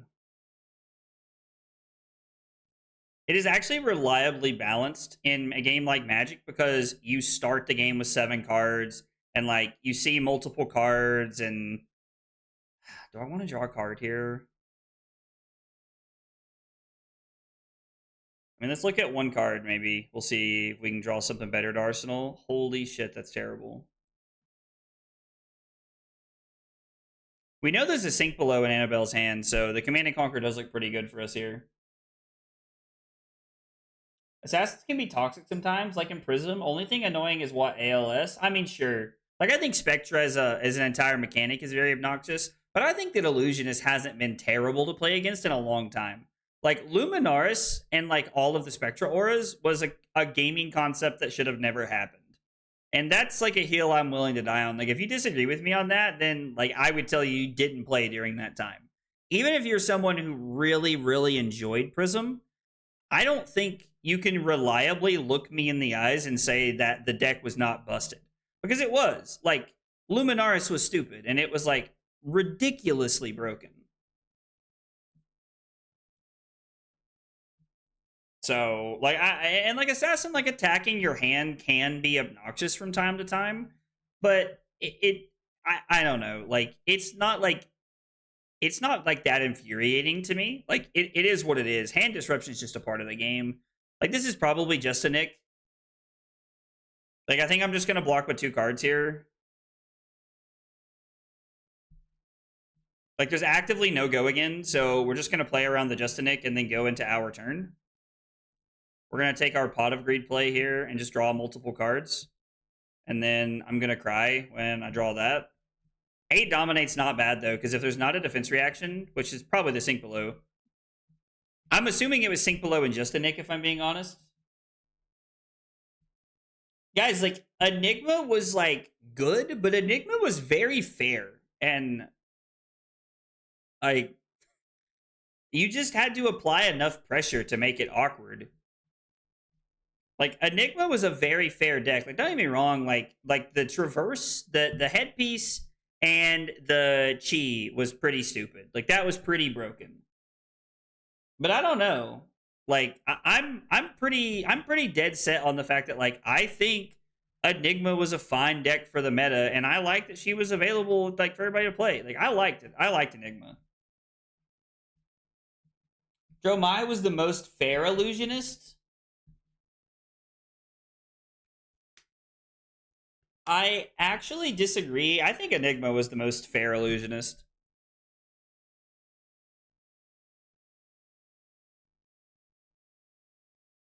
I think Enigma was the most fair illusionist, to be honest. Yeah, if you applied good pressure, you could 110% roll Enigma. And like, I don't know. I would say people aren't ready to hear that. This is Codex in a Command and Conquer. I was like, it's got the makings written all over it. I can feel it. You just see it coming from a fucking mile. And it's so obnoxious because it's like, you can see it, but there's nothing you can do about it.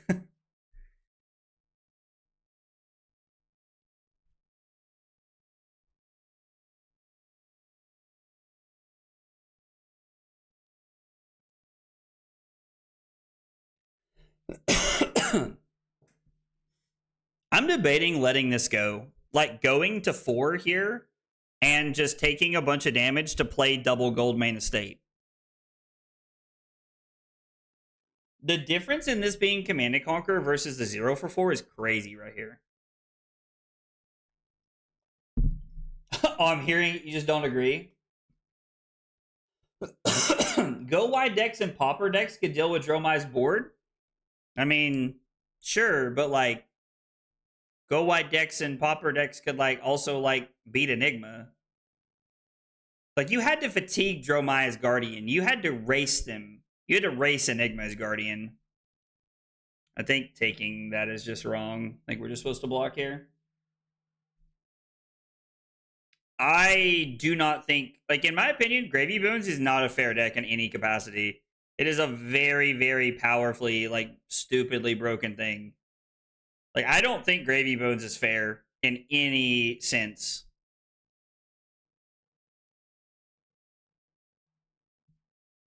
I don't remember what's behind this Golden Sun, or no, they've bonds multiple times, so I don't even think I know, do I? So this is just 6. Feels bad.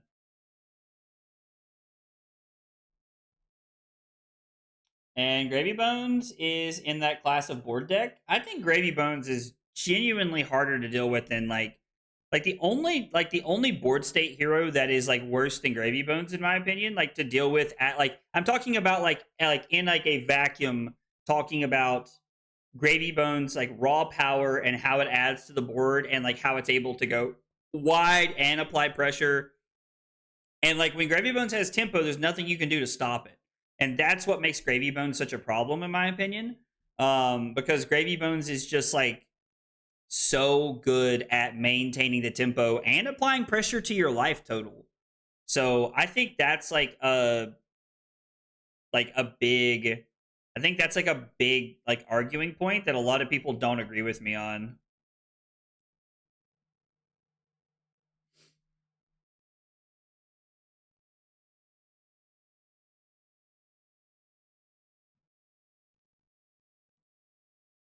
So, I mean, the problem is that, like, without any defense reactions, I'm just leaving myself so susceptible to so many things here. I feel like I have to block this for 6.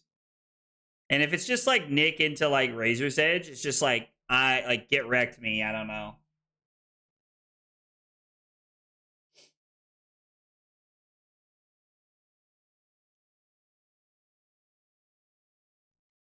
Oh, wow. Really? Please, for the love of God, be a blue.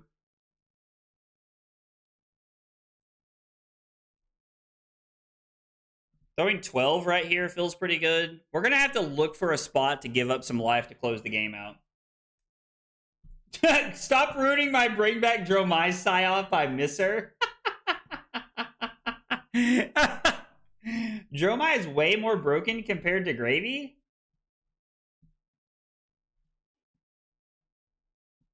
I don't know. Maybe like in 2 or 3 months we have this conversation and I agree with you. But right now I hard disagree, and I mean hard disagree.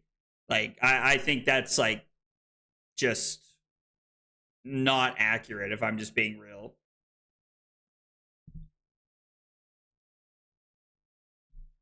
Last Clash card right here.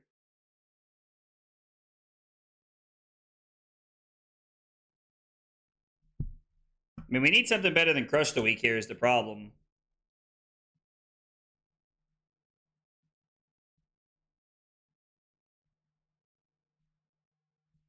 Like, throwing Crush the Week is just not that impressive. Now, Annabelle knows there's no pummels in my deck because she's taken them all out with the Bonds of Agony. Okay, so there's the second Just a Nick, I'm pretty sure. Annabelle takes 2 to 5.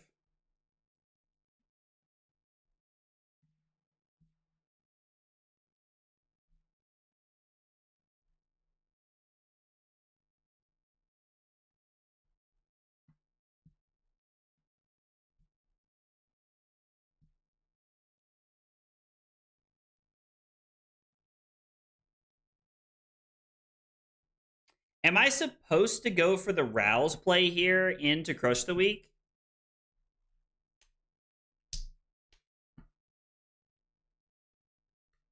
Really don't want to give Annabelle a life here.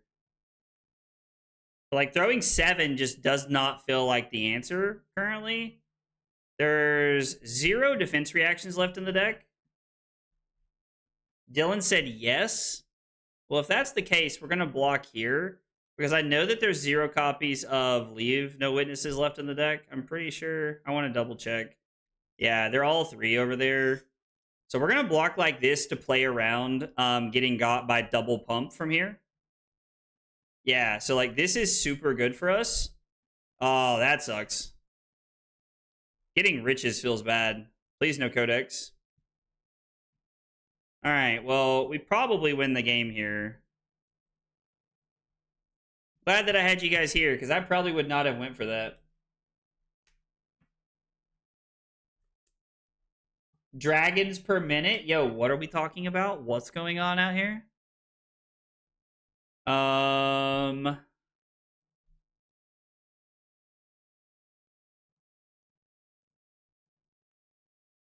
This feels like a pretty good play. And without there being any defense reactions left, I think Macho just ends the game.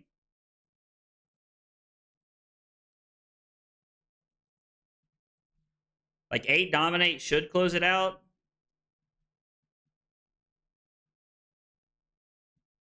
Okay, so we were able to win the second one there. There was a very, like, yeah, so we blocked around the Justinic there. We blocked around the Justinic there, like, which lined up, like, very well for us to, like, keep us in a good spot. Let me see if Annabelle wants to play one more.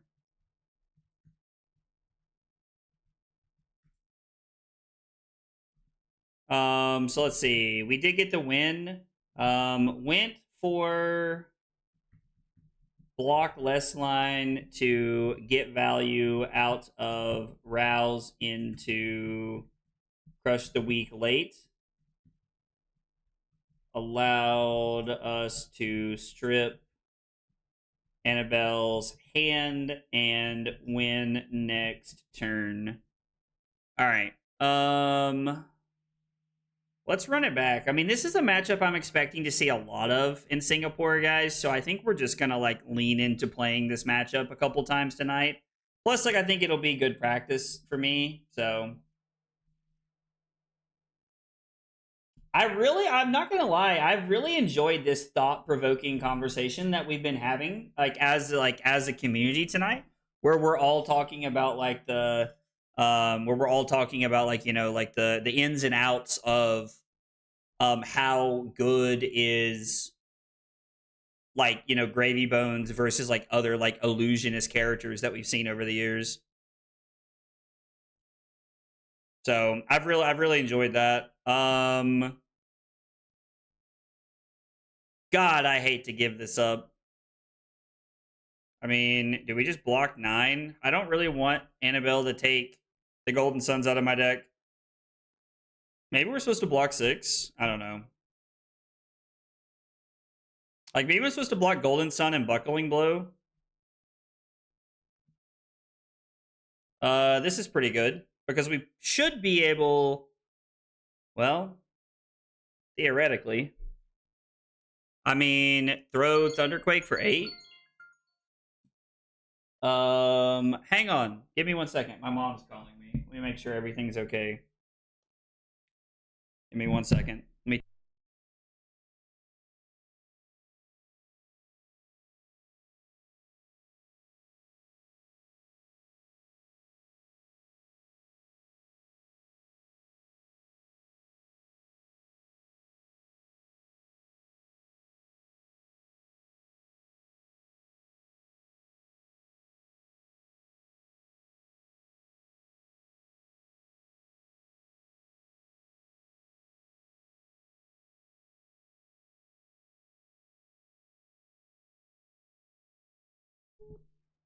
So I feel like that is like just to clarify there, my mom was calling and I like she never really calls this late, so I was like making sure everything was okay. But she was just calling to talk before Carly and I leave to go to Singapore tomorrow. She just wanted to call and say hi and talk and see if everything was okay and like how things were going. So I don't know. Like I just not everybody has a great relationship with their parents, you know, and that's okay. There's nothing wrong with that. But I'm very fortunate to have a good relationship with mine, and so I'm very thankful to have parents that like, you know, are willing to call and talk to me and stuff like that. So,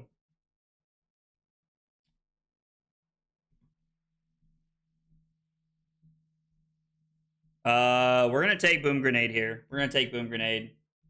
W Mom Grow Blaze, dude. I'm gonna tell her you all called her that. That's hilarious. She'll get a kick out of that. That's so funny. Mom Grow Blaze. I like that. That's hilarious. All right, so we're gonna go to 32 here.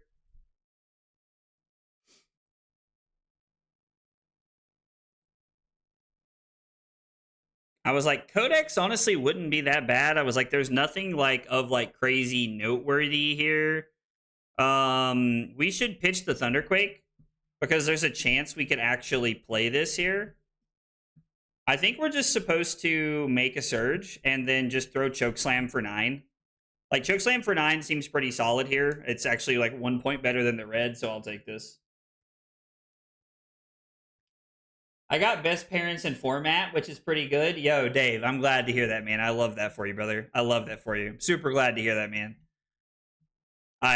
You know, it's like not everybody can say that, you know. Like, unfortunately, some people just don't get like the best families in the world. So I'm like, and, you know, me and my family got our own issues. We always have, but you know, like I'm very thankful to have loving and caring family. And I'm even more thankful to have the best wife in the whole world because let me tell you, Carly sets the bar too high for the rest of the world. She is too good to me, that's for sure. Well, This is not exactly the hand we were looking for, and the pummel doesn't really line up here. I mean, oddly, the best thing we can do is probably just like block with a Spinal Crush and then go E-Strike, put this on the bottom, put Spinal Crush on the bottom for 9, go again into Hammer. But I think we have to take 4 to be able to do that. Carly sets the barley. Yo, I hope she's listening to this in the other room. Oh, she did hear that. She came in here to say that. I love you too, baby. I think we can block here, right? Or like, is there a world where we're supposed to block E-Strike here and then try to throw Spinal Crush? I think that's better, right? Like, we're losing the damage race very early, but we're getting ready to like swing it back in our direction in a big way, as long as that isn't codex. That being codex there would have been pretty bad for us. Not having a second blue to pummel is big sag, but still. What do y'all think of the prevalence of gyms recently? Wait, what? I'm not sure what you mean, Python. Yes, Loro, I like that name. Yes, I am on blow for a blow over performance bonus. Yes, I have been converted to playing blow for a blow. Family's not great, but I have the best family. Oh, yo, Roberto, I like that, dude. I like that a lot. That's cool, man. Well, dude, let me tell you, you always got family here, man. You're always welcome to come hang out here, brother. You always got family here. Guys, just to be clear, that goes for anybody. Like, everybody's always welcome here. Period. No questions. Monarch parent meta. The amount of Flesh and Blood references that we're making right now to this is so funny. I think we'll block like this, and we'll hope there's no shred. Shred would be a blowout. I'm expecting a lot of these slippies to have cut shred, if I'm being honest, so...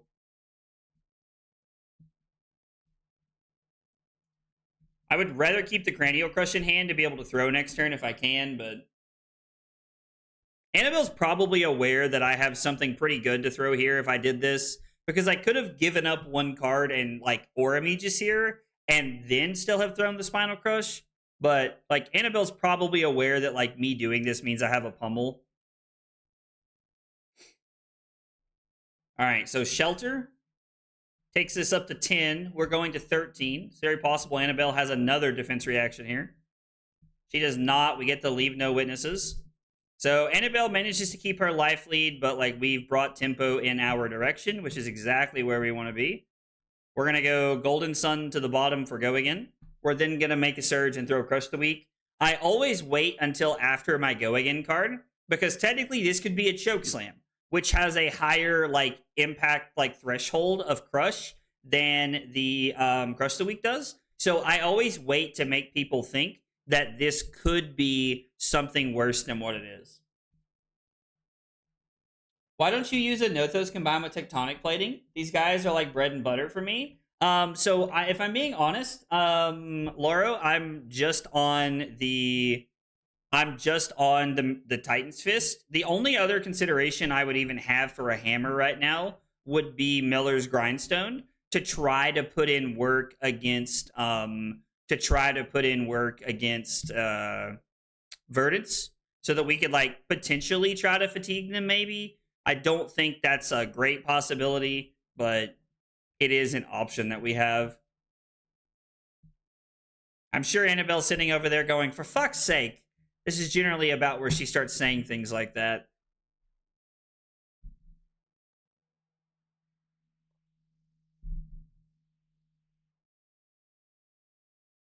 With multiple top decks running 1 to 2 Fables like that, Gravy with Ophidia and Riches, are we talking about, like, the price point issue of Flesh and Blood right now?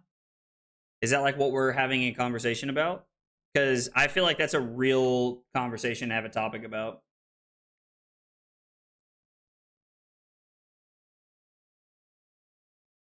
Are there really that many gravies that run Riches? I was under the impression we were cutting it. I think a lot of people have been off of it lately, but I'm not 100% sure. I don't know if Tunnel Vision is a good idea. That matchup is already unfavorable for you. You gotta find a good window. I feel like I've missed part of the conversation. Oh, I mean, getting rid of the compass is big, right? I was adopted, so my OG parents were like Chain and OG Prism. Not a fan, dude. I'm sorry, Matt. That's tough, man.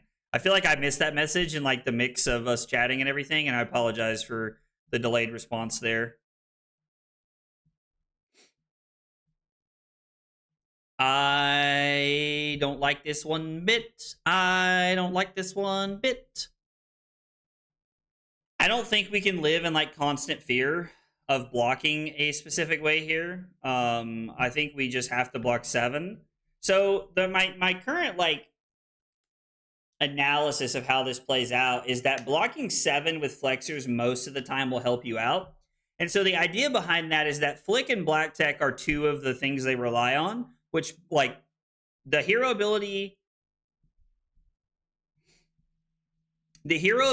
or the card ability takes this to 4, and then just the Nick takes this to 9, which means flexors allows me to cover this up if it's just a Nick. If there are 2, it's very, very awkward for me. If there's 2 pumps, then we can't really cover up the bonds, but we can try to do what we can do here. Annabelle must have double pump here. It's going to be Flick the Dagger at me to put me to 25.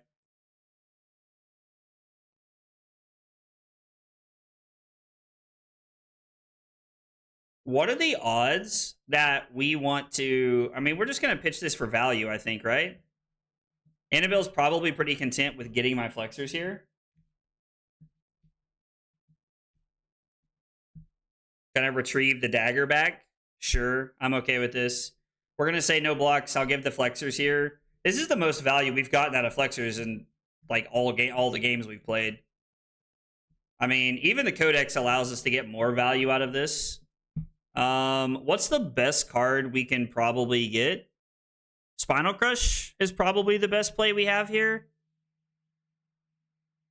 So we get to take Spinal Crush, discard this, and then we're just going to block here in flexors.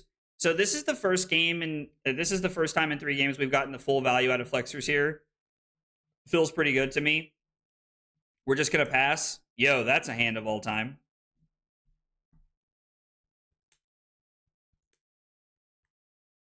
Kano... Wait, what? I'm an adult with kids of my own. My adoptive parents are great, hence why I don't mind taking these jokes. I mean, I get it. Like, I feel like at a certain point when you become, like, you know, like happy in your own life and, like, you know, comfortable with certain things, you don't mind, like, jokes in certain situations and stuff like that. Like, I know, like, nothing I'll talk about, you know, like, here or anything, but, like, you know, like, within, like, my own, like, you know, friend group outside of this, like, there's some pretty dark jokes that we make about, like, you know, our lives and stuff like that. And I don't bring that, you know, here very often just because like it feels, I don't know, unsavory, I guess, at times. But I mean, plus like I want everybody to just feel like this is like a happy space for them.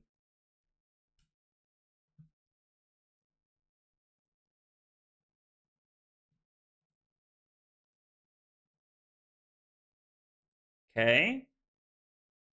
And then, I mean, do we even really care about winning this? It's really about not losing this, right? Okay, well, thank God. I mean, that pummel on top's pretty good. That pummel on top's pretty good if we can get back to our turn cycle with our hand. If we can get back to the turn cycle with our hand, we're in a pretty good spot. My local meta doesn't seem to have caught up on that yet. I mean, metas change at different paces, you know, depending on like what you're playing and stuff like that. No! Fine. Fine. I'm not happy about it, but fine. I want that pummel. Hey, Taylor, what's up, dude? You know what I'm a big fan of, Taylor? I'm a big fan of this cool podcast called Breakpoints. Don't do this. Don't do this, Annabelle. We can talk about this. This isn't what I'd call very cash money of you. Ugh. Sag. When are we leaving for the PT? We leave tomorrow. Our flight's at like 4:30 out of Charlotte. So we go Charlotte to Denver, Denver to San Francisco, and then San Francisco to Singapore is like 16 hours. And we land Thursday morning in Singapore. Your pummel was safe all along? I know, it makes me kind of sad, right? Because, like maybe there's a world where like they take the blue or the Command and Conquer, and then I can draw 2 cards and I can try to pummel the Spinal Crush in my arsenal. I think I made the right call there, if I'm being honest, but it's still unfortunate.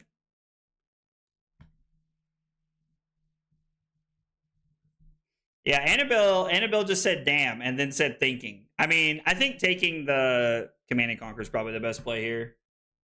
Snag would be memeing to the moon right now. Yo, really?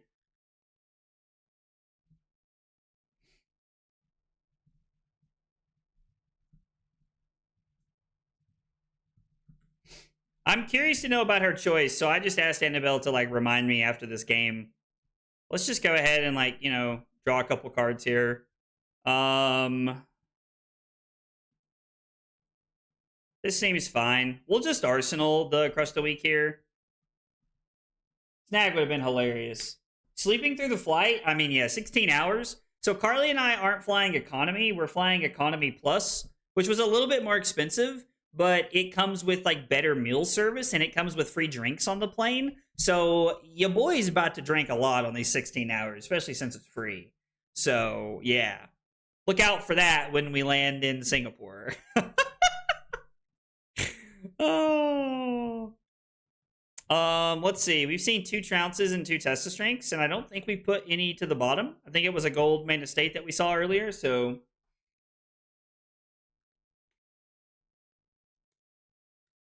Should have thrown the fridge when you had a chance. I mean,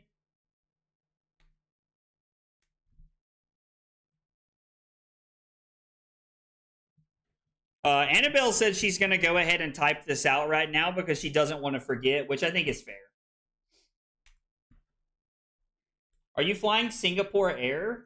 So we're flying United from Charlotte to Denver and Denver to San Francisco, and then it's Singapore Air the rest of the way, I think. I'd have to ask Carly.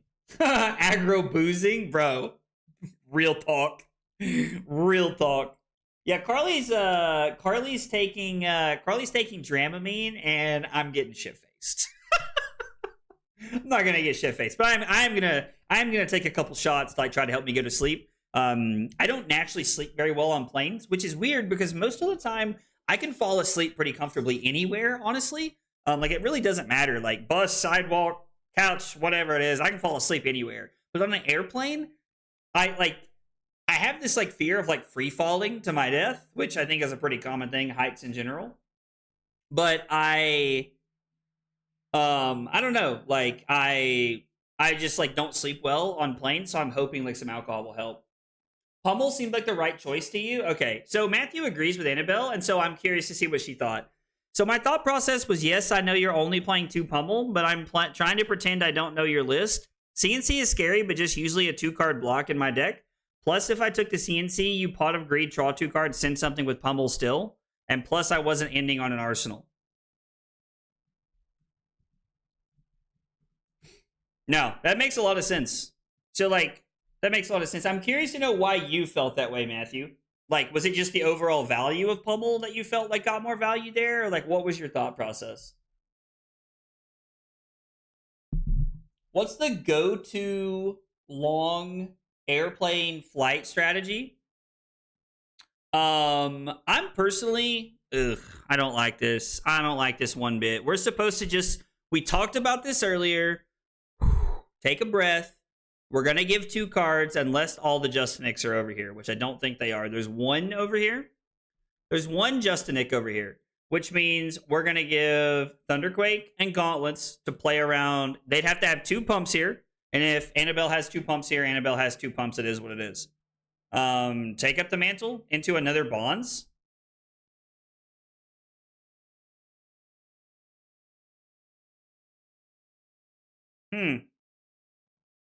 All right. Well, I mean, yeah, that's a play. That sucks for me. Hey, what's up, Slimy? I don't know how to do it on YouTube. So to like the stream on YouTube, there's a little thumbs up icon, like a little bit to the right of my name towards the bottom, and you can just click on that. And it'll automatically like it for you. I mean, we played around that in the only way I'm ever going to, and we just kind of got. It is what it is. It feels bad, but I don't really think that I play that turning cycle any differently there. I don't know. Same reasonable, no arsenal and riches draws 2 let you use it anyways. Most likely if you keep CNC for later, Slippy still has Crown of Providence. Okay. I did it just for you, dude. Thank you. Thank you.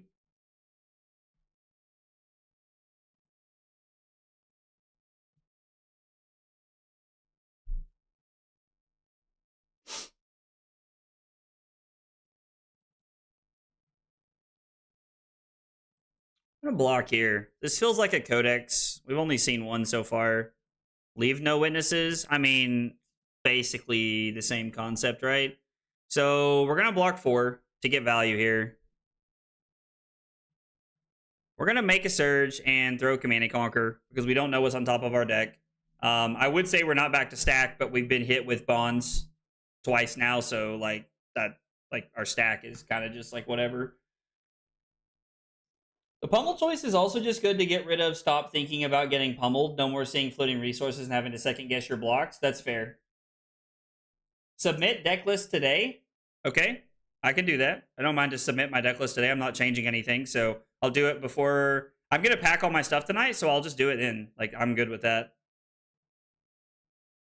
Giving up a gold sucks, but like, it is what it is. Okay.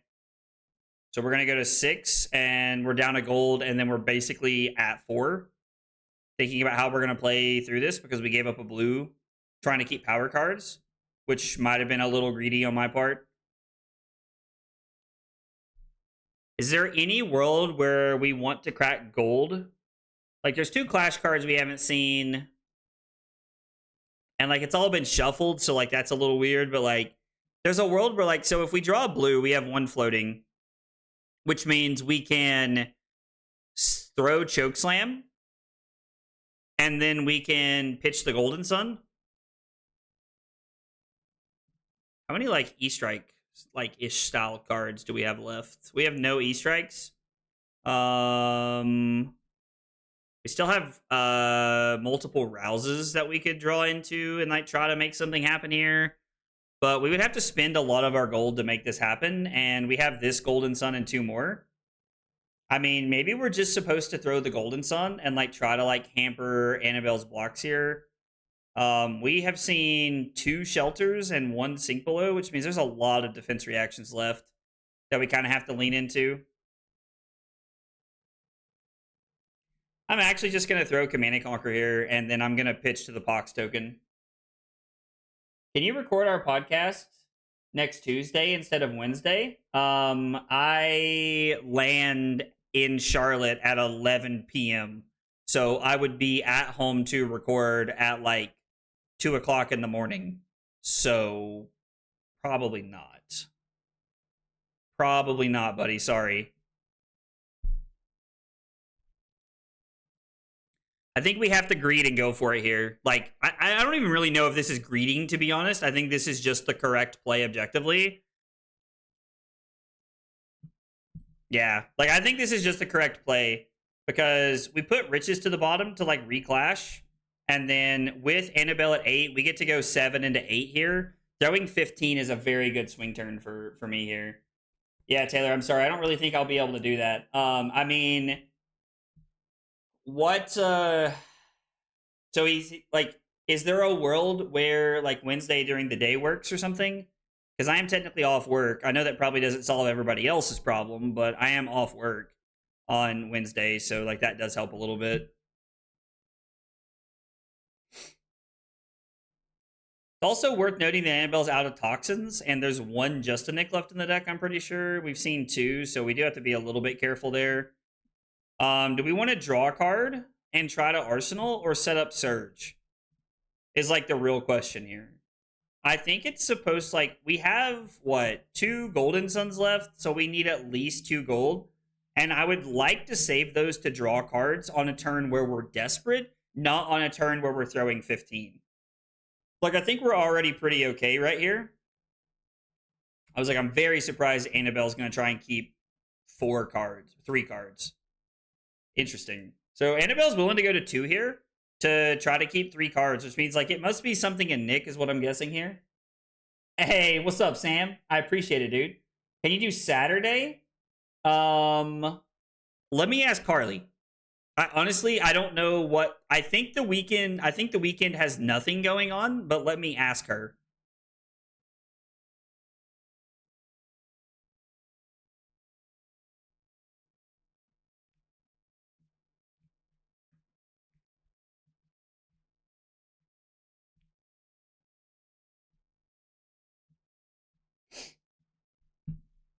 We have to like really tank about this one for a second, actually.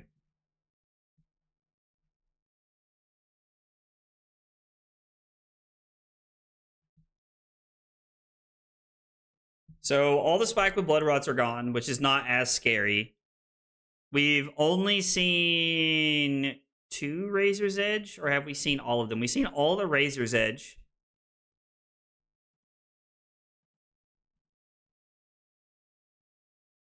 There is a possibility of Concealed Blade right here, which would be bad. This guy thinks his family time is more important than the podcast, bro. Michael, yeah, we can play one after this if you want. I know Damien said he was busy, so I think this is block 1 card. It feels like the odds of us dying to double pump here are highly improbable. And if we can get through this, we might be in a world where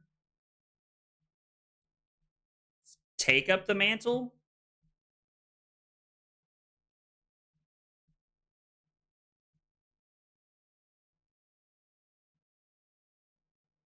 I mean, another pump and I'm dead. Annabelle knows I'm not playing any defense reactions, although she's probably not trying to just play that way, which I appreciate her doing. I mean, she has to... I don't know what she targets. Like, anything with stealth, like, I don't... Kiss of Death? Kiss of Death would put me to 1 here. Persuasive is pretty good. Please, God, let this be like a red or a yellow on top. Nope, never is.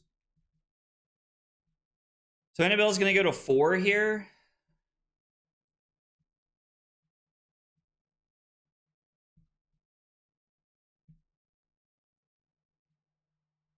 Do we have to go for, like, the win right here? Oh, she took the macho. Never mind. We can't. I do not feel like throwing 6 is good enough at this spot. And, like, not knowing my stack is really hampering me here from the bonds.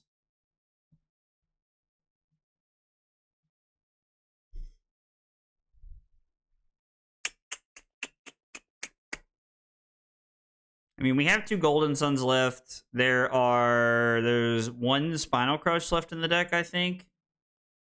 Yeah, there's 1 Spinal Crush left in the deck. So the fact that she took Macho tells me she does not have a defense reaction in Arsenal.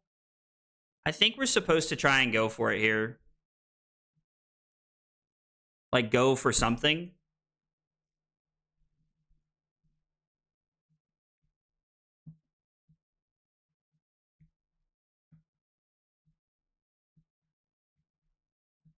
We have to have this last gold, I think.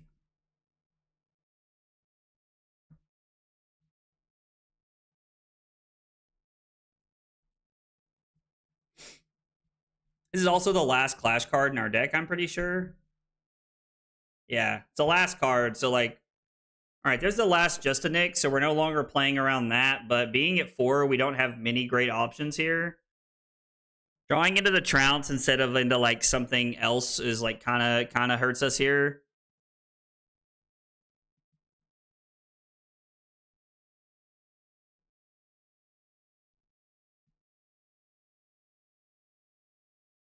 Are there any more Take Up the Mantles in the deck? I really struggle to find this card from the graveyard for some reason. 1, 2, 3. They're all gone. Okay. Putting Sink Below on the bottom feels good. Oh, man. These games are super tight, dude.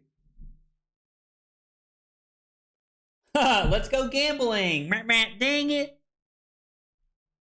Oh. I mean, I don't want to use the sort button if you want the truth, because I think that...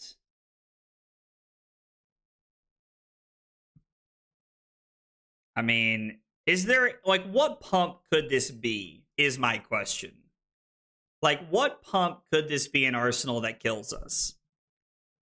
We have the option, knowing that it's on the bottom. So, like, we let Annabelle go to 5, and then we go 7 into 7. Or, I'm sorry, 7 into 10. 8 into 10, which is crazy. Or, I can block 3.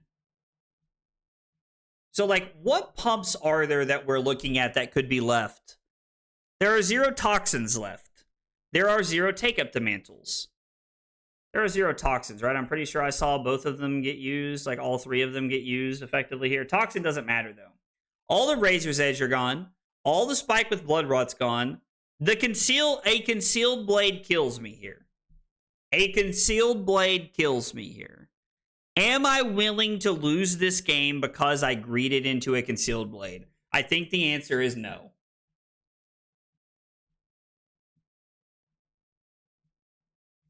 I think we're going to hope that 11 overpower closes the game out.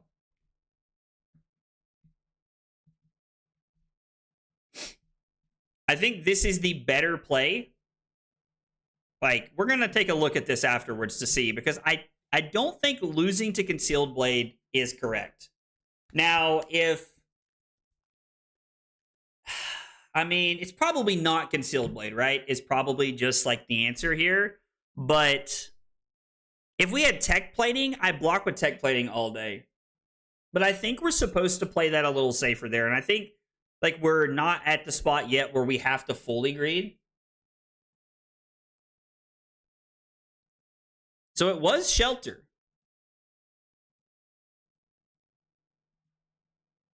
So with her having 3 cards in hand, I am a little worried about what this turn looks like.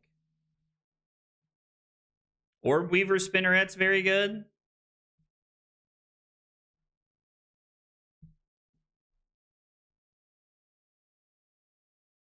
Well, that sucks.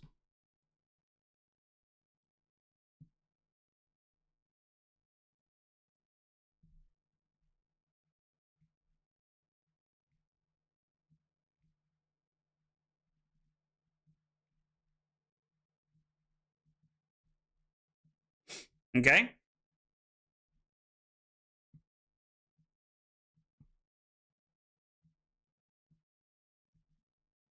I think I'm okay with just blocking here. I think we've determined that there are 0 pumps left in her deck that are not Concealed Blade. I mean, maybe I was just supposed to go for it there with the Shelter. I don't know. 4 is lethal here again. Yeah, like, unfortunately, we're not at a very high life total. Like, I need 1 more Clash card to, like, put myself in what I would call a safe situation. Although I don't truly know that that exists from here. I don't really know that, like, safe is a word I would ever use for anything. Yeah, so there's the Concealed Blade.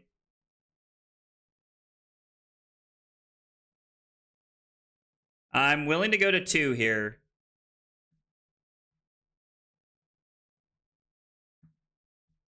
I think I have to be willing to go to 1. The last Concealed Blade would suck there, but...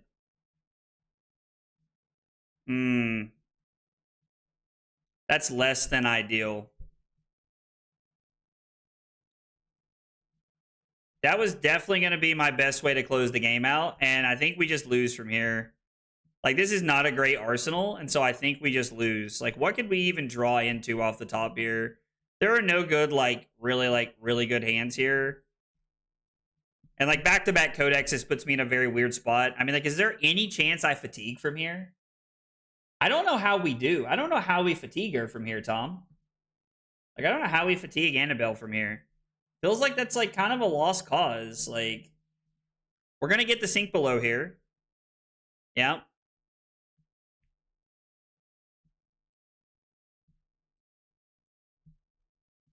I don't think we can with riches. Like, I went to 1 to try to end the game, and the codex into forcing me to block with 2 cards was really bad. So yeah, I think we're like... Because Annabelle can always use her hero text with graphing, with the graphing calculator here.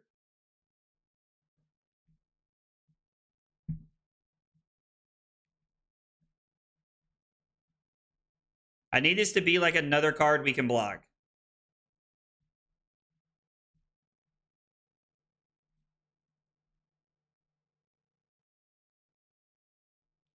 Yo, what? No, we counted all 3 of them.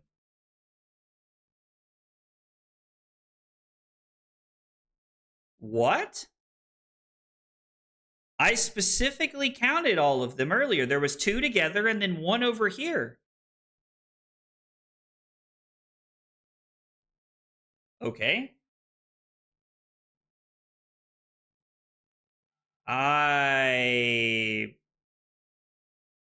Okay. Was there a card that like shuffles something back in? Nah, there's no way Annabelle would do that, even if it's possible. I mean, I know that like you can jump in and code anything, but like I counted all 3 of them specifically. I remember counting them to like look and see what we had to play around. Well, I'm not gonna lie. No, I don't want to use the sort button. I'm not allowed to sort my opponent's graveyard in real life. I have to be able to look at the cards and remember what's where. I'm not allowed to sort cards in my opponent's graveyard in real life. So I don't want to use the sort button. But I could have sworn I saw all 3 of them. I mean, to be fair, like, it didn't matter. We couldn't beat it anyway there at that point in time. But, like, yeah, man, I don't know. I thought they were all gone. That is so weird. I don't normally miss things like that. Died to toxin on graphing calculator at the end. Miscounted toxins engrave. Didn't matter for living, but be more precise when counting. Man. It's unfortunate. Yeah, I don't know. I feel more stupid than anything that I miscounted. Like Annabelle played that game like to like a T of perfection that game. All right, let's play against Michael. Michael said he wants to play one. Let's see what we're playing against. Playing against Verdance? I mean, sure, we'll just end the game on an auto loss. Like, it is what it is. This is like a matchup that I have 0 tech for, so we're just going to end the game on a loss. Yeah, I thought I counted them all, but I guess I missed one. I mean, maybe I thought it was Razor's Edge. I don't know. We're gonna play this game because I like Michael and we're gonna play the game out against him, but like this is like a non-game for us.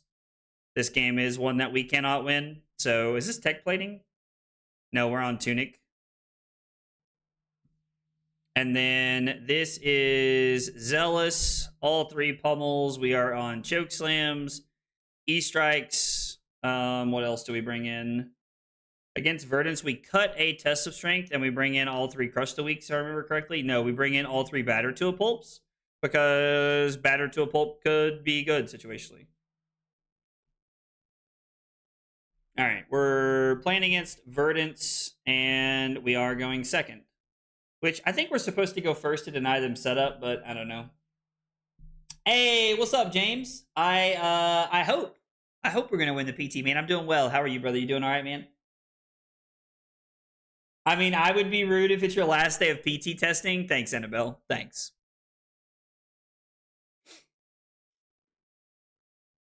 We're just gonna overpitch here.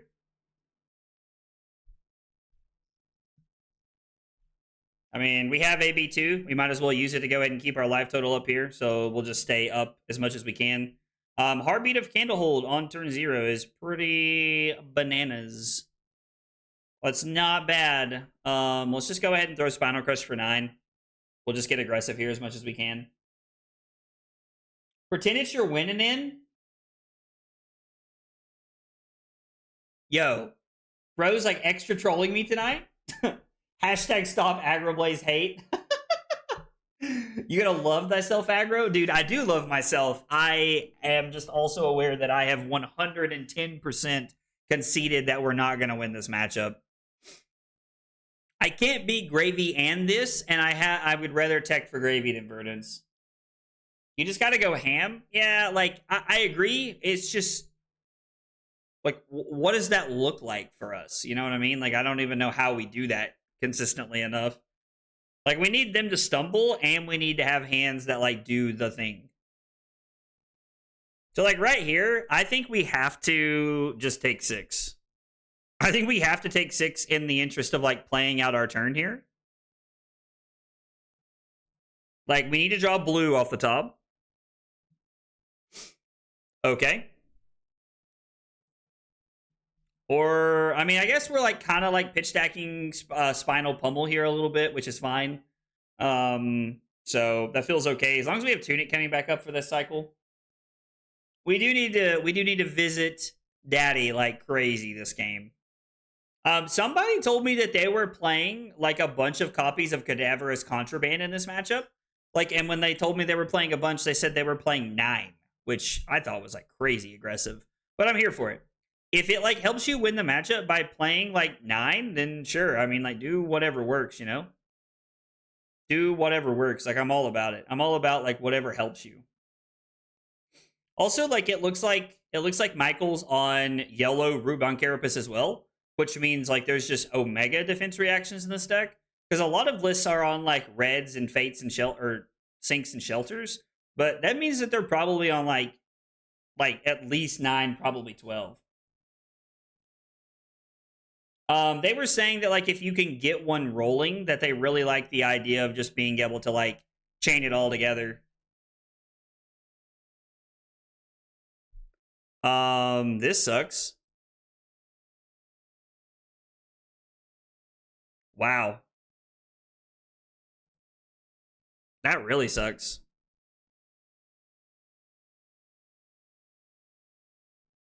That sucks. I mean, they're not going to have an arsenal, so like the CNC Pummel's going to be fine here, but I don't think playing double Pummel is the way to get value out of this turn. Like, I think the best play we have is just to play Command and Conquer Pummel and then to Arsenal this Pummel, and we're just going to try and stay alive enough to be able to get back to second cycle here. I mean, yeah, like the Scour, like no Arsenal, just like Scour lining up against like our like Visit Goldbane Estate. It's unfortunate, but not a lot we're doing. Not a lot we're doing against that.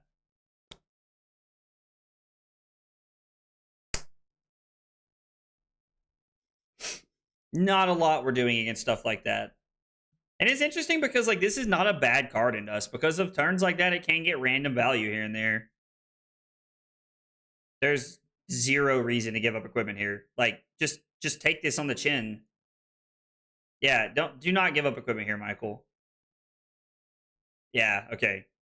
Like, it's fine for you to discard a card and take some damage here. You're still at 40 and it's turn 3. Like, I think you're okay to take a little bit of damage here.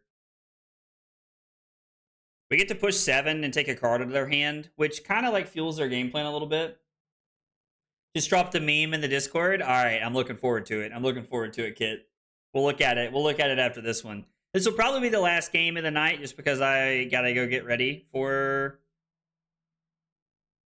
I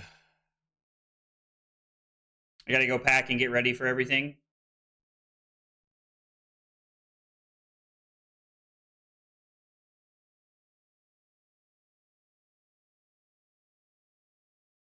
We'll put Visit Goldmane Estate on the bottom in case that like matters for second cycle. And then we'll block like this. And we'll take 3. I mean, we're just going to try and like walk the life totals down a little bit and then try to get into a spot where we can like maybe try to just like run them over or something. It's really the only thing that I think we can do. We have to swing the hammer, unfortunately, this turn. This is a turn cycle where like Miller's Grindstone would be really good, and I know that like Liam has been like a big believer in Miller's Grindstone. So it's very possible that like this is like a spot where Miller's Grindstone would be good. Like I don't think you can fatigue Verdance reliably enough with Miller's Grindstone for it to matter, but I think Verdance can beat Gravy. I think Verdance can 100% beat Gravy. Like I don't think it's like it's not that crazy to me to think that Verdance could beat Gravy. I mean, a hand like this is not great. Like, what are we doing here with this turn cycle? I mean, obviously, we're just gonna go E-Strike, go again in. It's gonna be E-Strike for 9 into Hammer, which is not bad by any means, but like we want to be pummeling something. Like this is a turn cycle where we needed to draw something we could pummel because we have to take them off tempo here. Because I just don't think throwing 13 is gonna be good enough.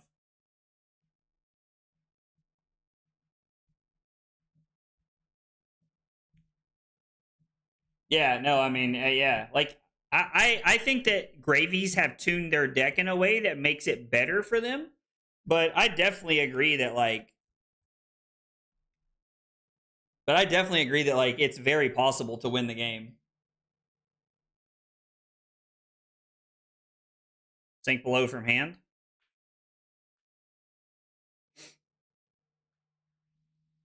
Discard fruits. Okay, I mean, sure. Like, I don't really understand the rationale behind you doing that right there. Actually, I do. Yeah, that's fine. You want to. They were trying to put that on the bottom of their deck.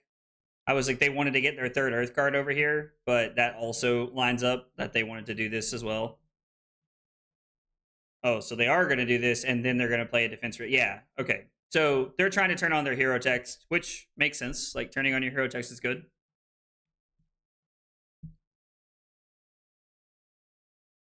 I was like, I assume you're decomposing here to turn on your text and also block for more, which is really good. So yeah, they block 8, go to 34, and then we're going to pitch the Thunk to swing the hammer here. Just getting aggressive. Screenshot brings me joy.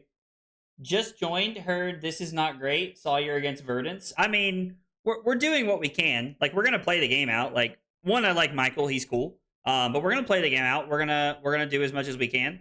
Michael's playing this very defensively, really trying to like set up the potion combo. And when you have a combo like this, it is 1,000,000,000% fair to play like this. Yeah, see, that sucks.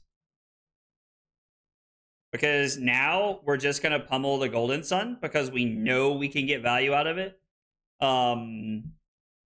Two pots in play this early is very bad for us. He's turned 6, so like it's been okay, but like we need to get Command and Conquer Pummel to line up, or like anything with Pummel that can get pots out of hand or Arsenal is very powerful for us. So I will tell my grandkids about the day I beat three Sawbones from turn 4. LOL.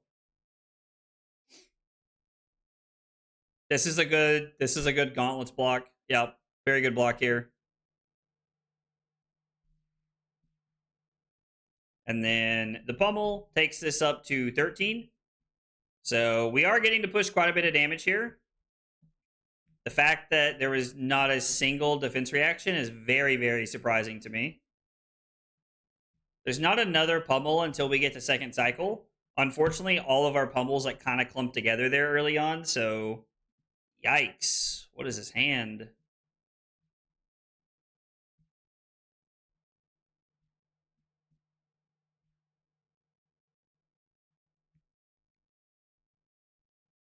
Why gain life there? Are we going for some kind of like mini combo here? Like what's happening?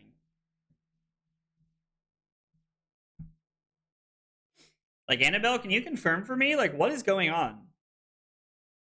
Is this just like a mini combo to like try and put me low? I guess.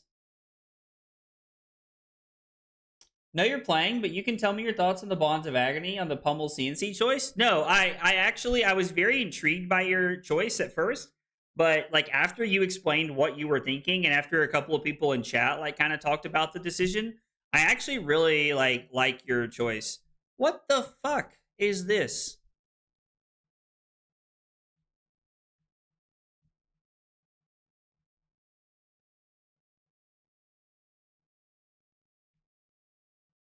I mean, I guess we're just gonna go to 19, and then we're gonna have to throw the CNC here. Like, it feels bad to get, like, basically no value out of the CNC. But, man, like, all those reds in a row is very unfortunate. And it sucks because, like, when we're playing 33 blues like this and we draw reds like this, it sucks for second cycle, too, which means we're just super screwed. Yeah, man. It always happens to me when I play against Verdants.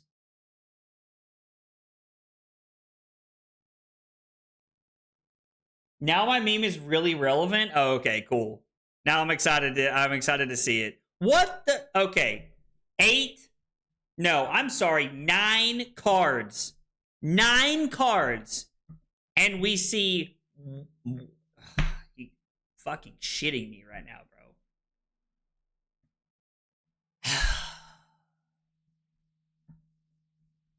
Okay. Sure. You know, we played pretty good games all night. So like I guess if we're just gonna get like the get shit on into variants in like our worst matchup, whatever.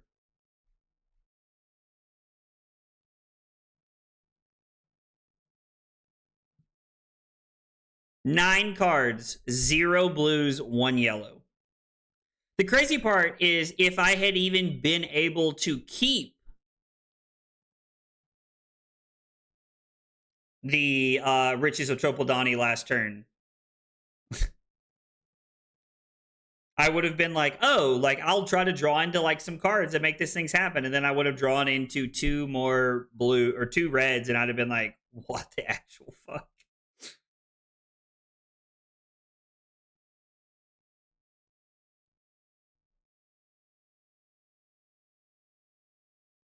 I'm assuming go again. Yeah, normally it is. It's gonna be like go again into like felling or some shit, I'm sure. It's actually wrong. I'm not thinking about what to block with.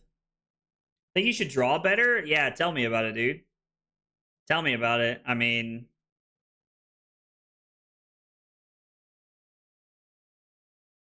9 reds is like.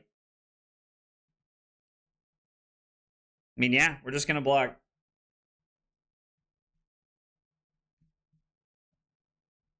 9 cards, 1 card wasn't red. Interesting.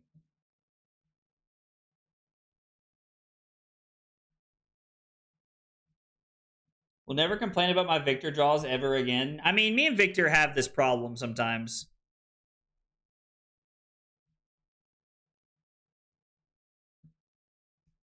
Me and Victor have this problem sometimes where we just don't get along.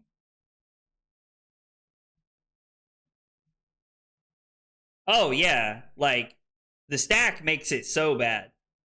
The stack makes it like second cycle, like unplayable. And like that hand's like okay if I can just block with everything, but I can't even do that. Like there's not a world where we can block with everything, so we're just forced into playing that out.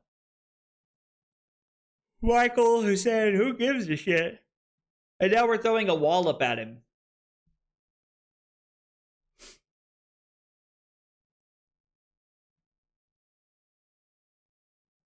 Maybe Victor's cousin, brother, uncle would be better. Maybe, maybe. Yo, that's some sauce.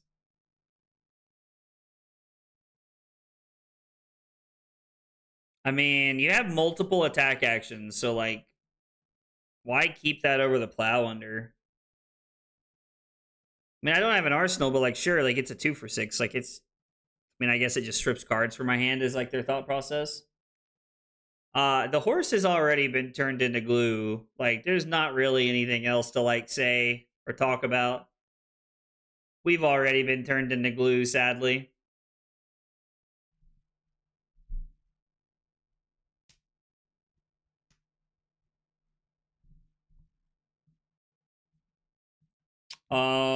So we'll put the Thunderquake on the bottom and then just block 8.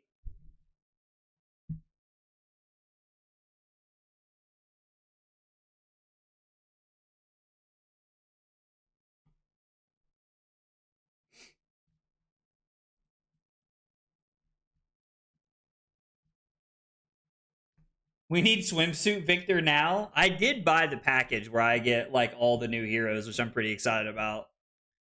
This is like one of those matchups that like I really don't know what it is, but it's very demoralizing to me. Like playing this matchup's just not fun. I don't like enjoy it, and like every time I sit down across from it, I'm just like, oh, cool, and like I immediately become like in a bad mood. Now like admittedly, like we're gonna like try and pull it together here. Yeah, I'm gonna pick up my package of stuff on Tuesday night, so I'll be able to get Victor then.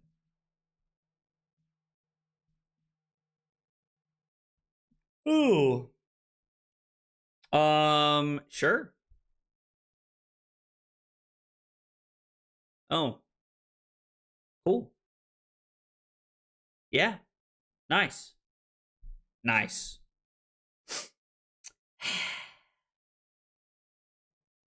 Use the body of Victor to distract Verdances. It's probably my best plan, Jang. It's probably my best plan. I feel like part of this is my fault. Why do you feel like part of this is your fault, Annabelle? What matchup would you use Macho Grande? I mean, I play Macho Grande in every matchup. Like, I play, like, the 33 blues that are in my deck are in for every single matchup. There are 0 exceptions to that rule. Sure. Nice.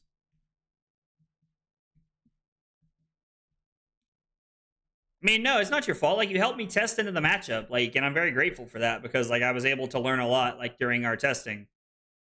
But, like, I mean, there's just nothing to do. Like, this is one of the few games where, like, if I had been on AB3, like, maybe I'm able to, like, get out of this game. Because, like, I don't think Miller's Grindstone helps me fatigue. I think if you're going to, like, fatigue with Miller's Grindstone, you have to be able to hit things like, you have to hit, like, a Rampant Growth off the top. You have to hit, like, Healing Potions off the top. Like, you have to, like, play into, like, the combo aspect that, like, they're trying to do into you. I don't know. I mean, like, I just, it's a bad matchup, and we're going to hope we don't play into it. I would rather beat Gravy. Michael used small, let's see, smaller combo to get ahead early. I drew 9 cards and had 0 blues.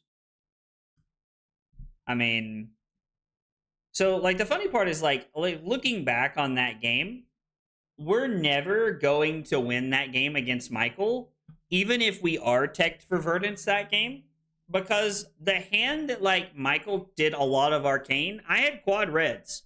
I'm never going to win that game.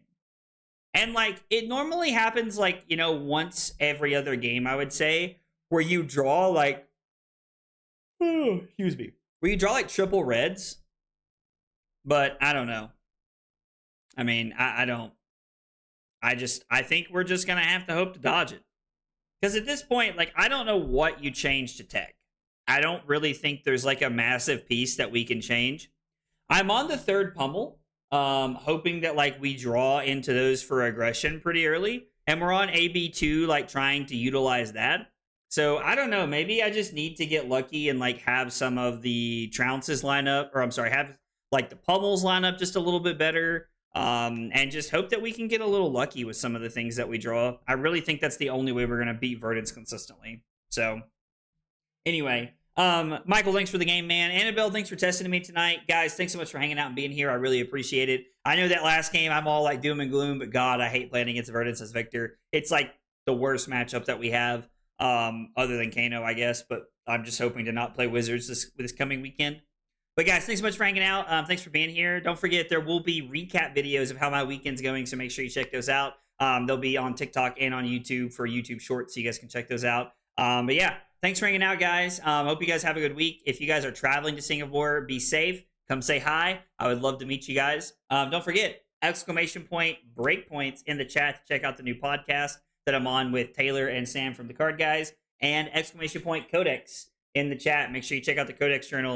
It's a great product to help you improve your game. You get to keep up with life totals over here, and you get to take care. We get to take care of all of our notes and everything over here. So make sure you check that out. I'm done shamelessly playing. I'm done shamelessly playing. Plugging sponsors. Thanks for hanging out. Have a good night, and I will hopefully you guys can see me this weekend on camera. Take it easy, guys.